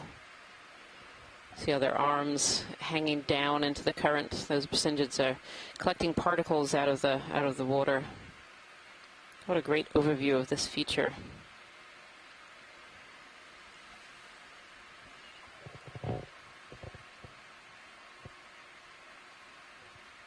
You can see it just continues on and on up our drive track here. Beautiful. If we could have a snap zoom on the edge with all those brachingids, that would be wonderful. Okay, come on in, video. Thank you. Could probably just stay here the rest of the time. Yeah, for both geology and biology. There's a little squat lobster here amongst the brachingids. Just above those, you can see the difference in the color of that ferromanganese. It's seen that rusty brown color instead of deep black, which is interesting. Perhaps some of it's been knocked off or rubbed off either by current flow or by these animals as they live here. Yeah, beautiful. These brachingids have their arms out in kind of a fishing orientation, so they're stretching out into the water and picking out particles. Squat lobsters in there. I see some barnacles on this edge as well. and some of these larger sponges. Oh, just tucked in, bottom right-hand corner, there's a coral that we haven't seen yet. I don't know if we're ever going to get enough light in there. Where is it? There it is. That. Yeah. Oh. The really awkward one, of course. There we are. Good copy, Bridge. Thank you. Hey, this is Chris Ma. Hi, Chris. Just 1 second. I think this is a chrysogorgia. Would you agree, Scott, on that one?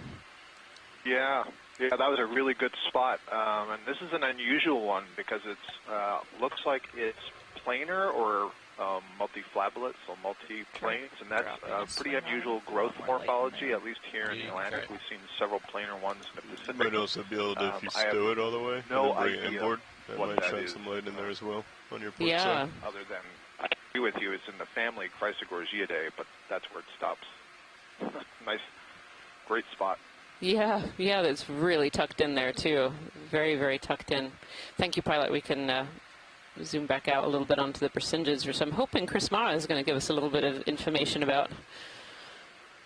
Yeah, I think these are Fraiella, which is one of the more common genera you find at these depths.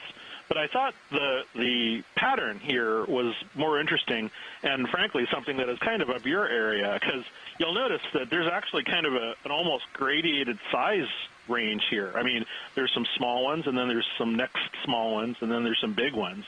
And I've seen this before in other places where what I think happens is some of the settled adults, they must give a signal to other Brisingids in the larvae in the water, and they find like an ideal place to settle down and settle out.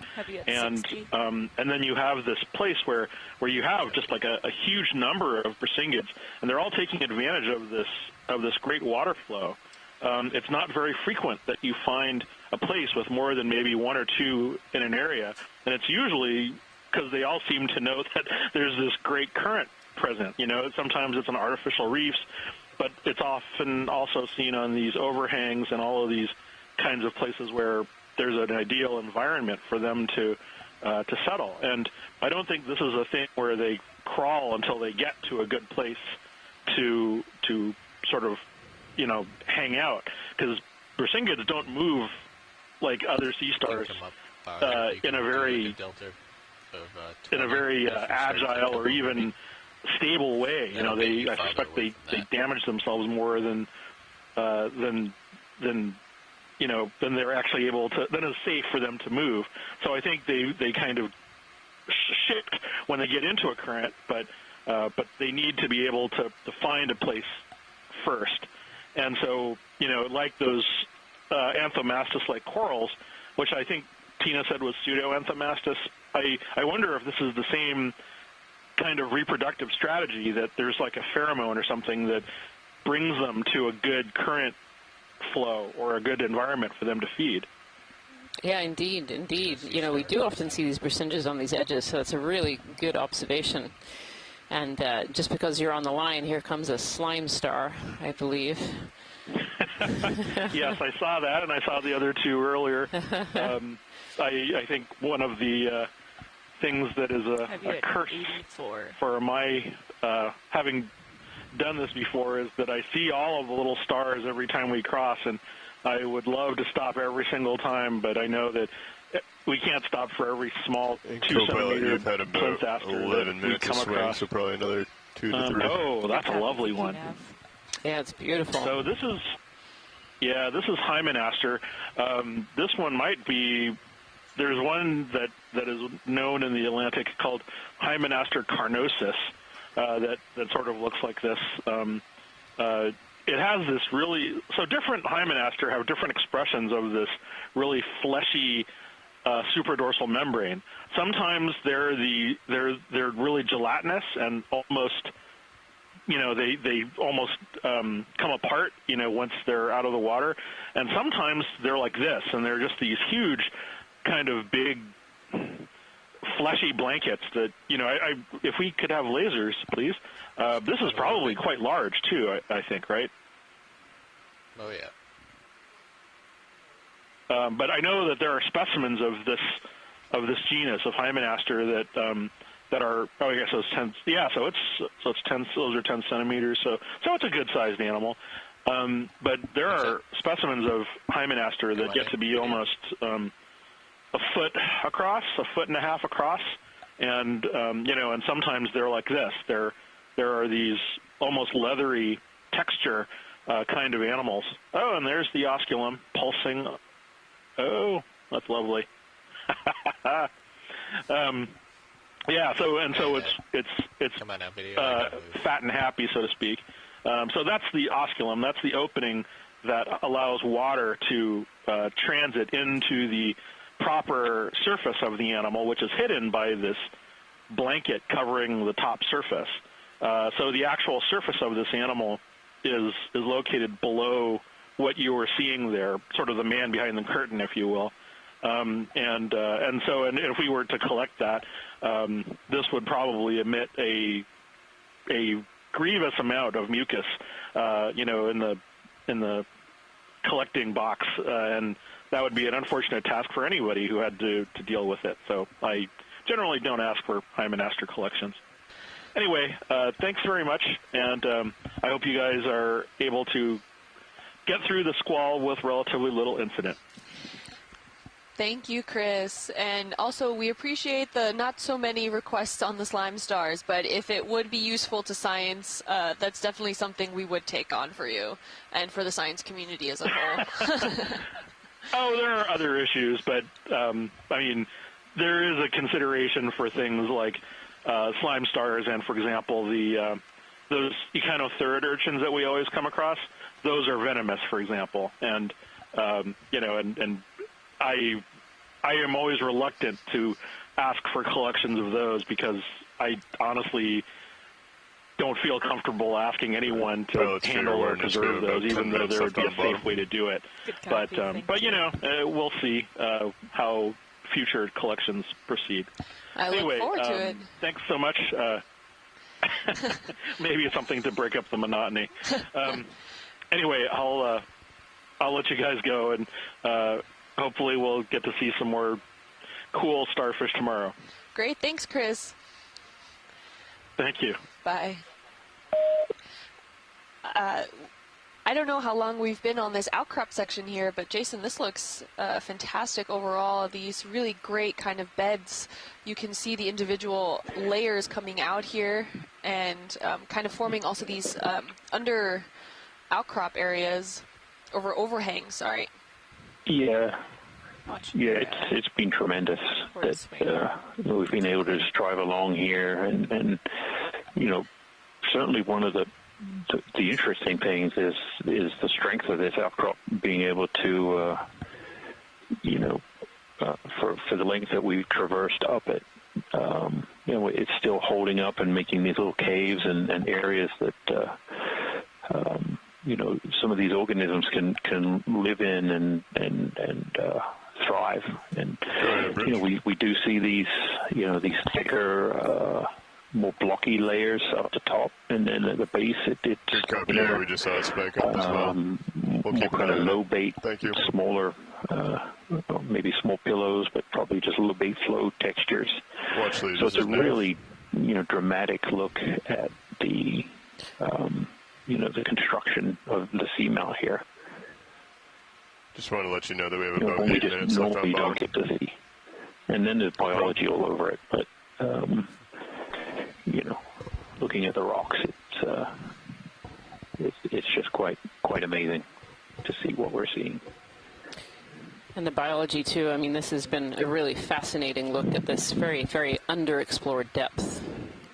If we could have a snap zoom on this edge here on the white, I think the red is definitely an Anthomastus. The white might be another kind of soft coral. Let's come on in. Just a quick one as we go by.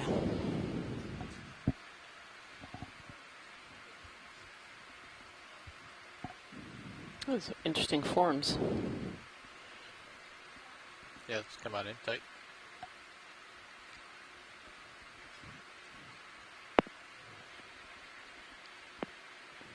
These look to me like little primnoids on the left and a whole field of the chrysogorgiids on the right.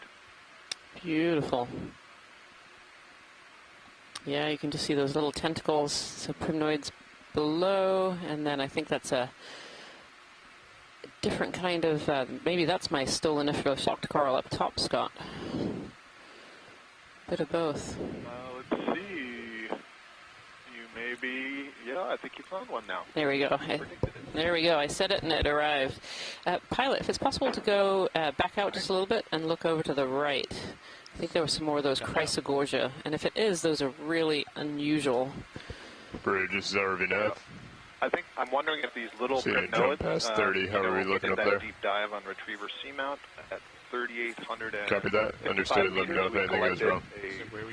Very small node, same sort of size. I'll be interested to see what Les says. But if it is, that was a new species described by Steve Cairns and described in honor of Les Watling, Paranurella watlingi.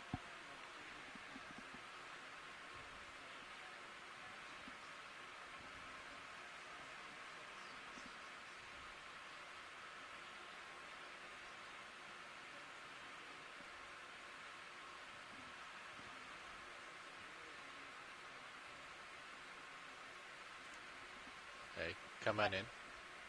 Boy, it's cheek by jowl down here. Oh, man. Obviously a good place to grow. There's a lot of material. Come in tight.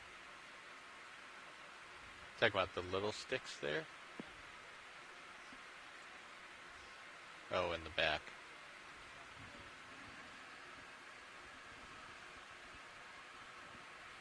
Yeah, I'm really stretched out here. Let me come back port. Come wide.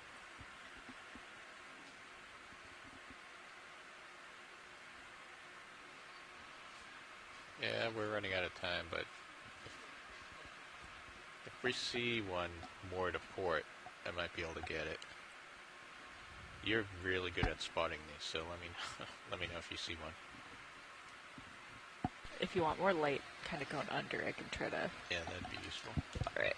I'm going to bring your lower swing arms out. So just in the last few minutes of this dive here, this deep dive on Allegheny Seamount, we're just having a look at some of the fauna. We've definitely come into a zone here at 3,343 meters where we're seeing some different species. These little Chrysogorgia that are tucked under the caves. We've seen a couple. Still light uppers, too. Unfortunately, none of them have been in a good place to collect a little so it can identify what species they are. Come in partial here. Today's dive is making me want to revisit Allegheny one day. There's a lot of really interesting things. And do more dives at 3,300 meters because this has been really fascinating and informative and surprising. All good things. Absolutely, absolutely. And I would thoroughly agree with that. This has been a really, really fascinating dive. I don't think I've ever seen so many Anthomastus in one place either. These bright red Anthomastus corals. Just beautiful. But also so many of these really small primnoids and there's more of that stoloniferous one. Oh, you can see the stolons on that one perfectly. Look at those ribbons of polyps. Yeah, excellent. So many of these Anthomastus, so many primnoids, and that very interesting Chrysogorgia or Pleurogorgia, whatever that thing was. And I wonder, is this just a lot of recent recruitment, or, is this the maximum size of these things? So let's come back in 10 years and measure the size again. Yeah, just beautiful. All right, just come on out.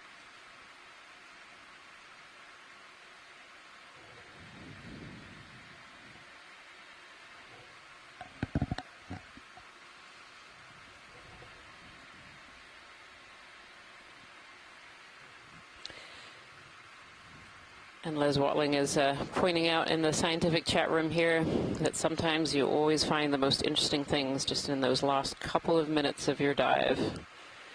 And as Scott was saying earlier, it's a really good reason to come back someday and have a larger exploration of both Allegheny Seamount and also at this depth range as well, which is a really unusual and very underexplored depth range on the New England Seamounts.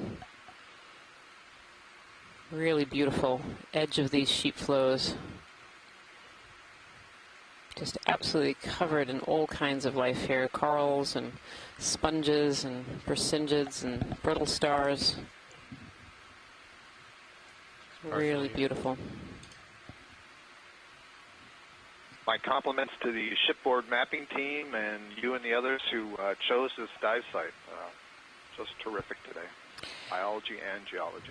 I think for the choosing of the dive site, you have to thank both the currents and the wind, which were really dictated a lot of where this dive site was chosen this morning. No, you do it fine. It's like, can we go here? Can we go here? Can we go here? Oh, we can go here.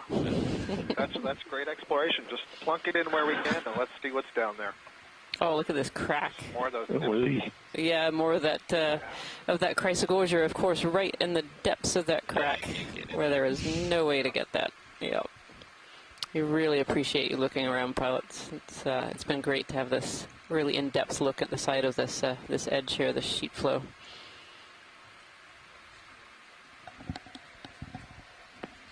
So what's our rock bottom? Rock bottom is 31, so you have 2 minutes. That's when we need to start getting ready to come up. How much time after 31? When do we need to actually start ascending? 34. Okay.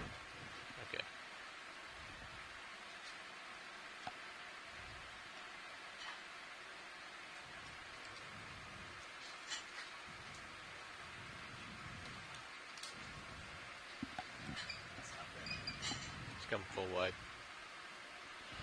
And even kind of away from the edge on this top here, there seems to be a lot more life as well. Lots of these sponges. And we can see these large bamboo corals is here, these sponges on stalks and some of the lower form sponges. And these bamboo corals, both as the single whips and also as these kind of forked branching colonies.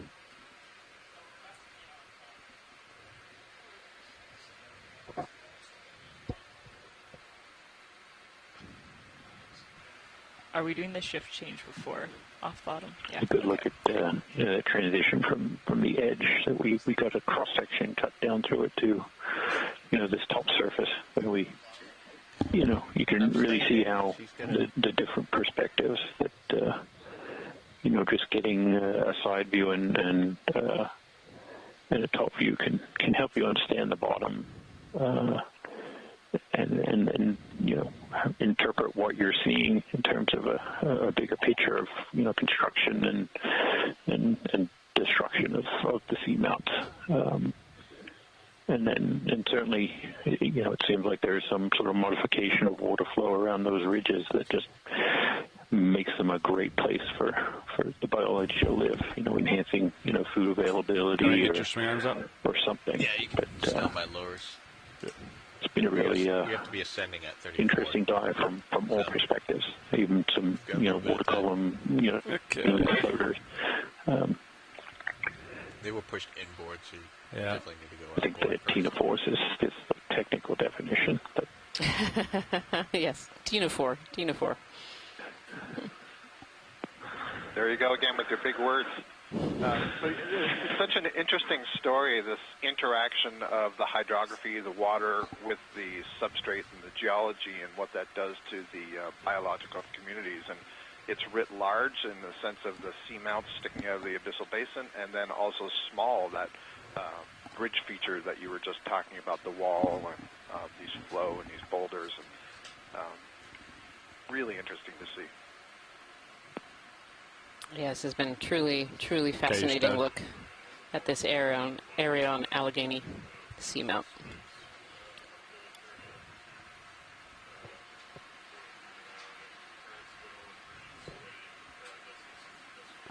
So you need to come, to port to take out that half turn? I go to starboard. You go to starboard? You go to port. Well, so the current's going to pull me to the south.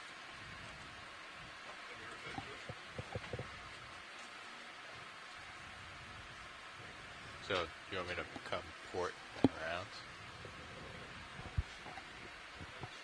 Beautiful look over the edge of the cliff here. Yeah. We're kind of working our way along that edge of the sheet flow. You come under me. You see it looking down here. I go to starboard, face southbound. That's our final shot of Allegheny Seamount. This is the end of the dive today. Sorry. I want to say a huge thank you for everyone who's joined us today, from you at home to also the scientists on shore who've been helping us identify the organisms on the seafloor and those seafloor features, and helping us identify the important parts of today's dive. You also may not have realized it at home, but today's dive has actually been a very challenging one, with the waves and the wind and some squalls coming through. So I want to say an enormous thank you to the ship's crew here aboard the Okeanos Explorer and all of the ROV pilots and team for helping make the dive a really great one today. So thank you so much, and I hope that you will join us again tomorrow for another dive. Thank you, everyone. All right, it's a 22 delta. That's plenty. Thank you, Rian and Jason. Nice job today. I'm facing southbound. You can turn to port. Look northbound.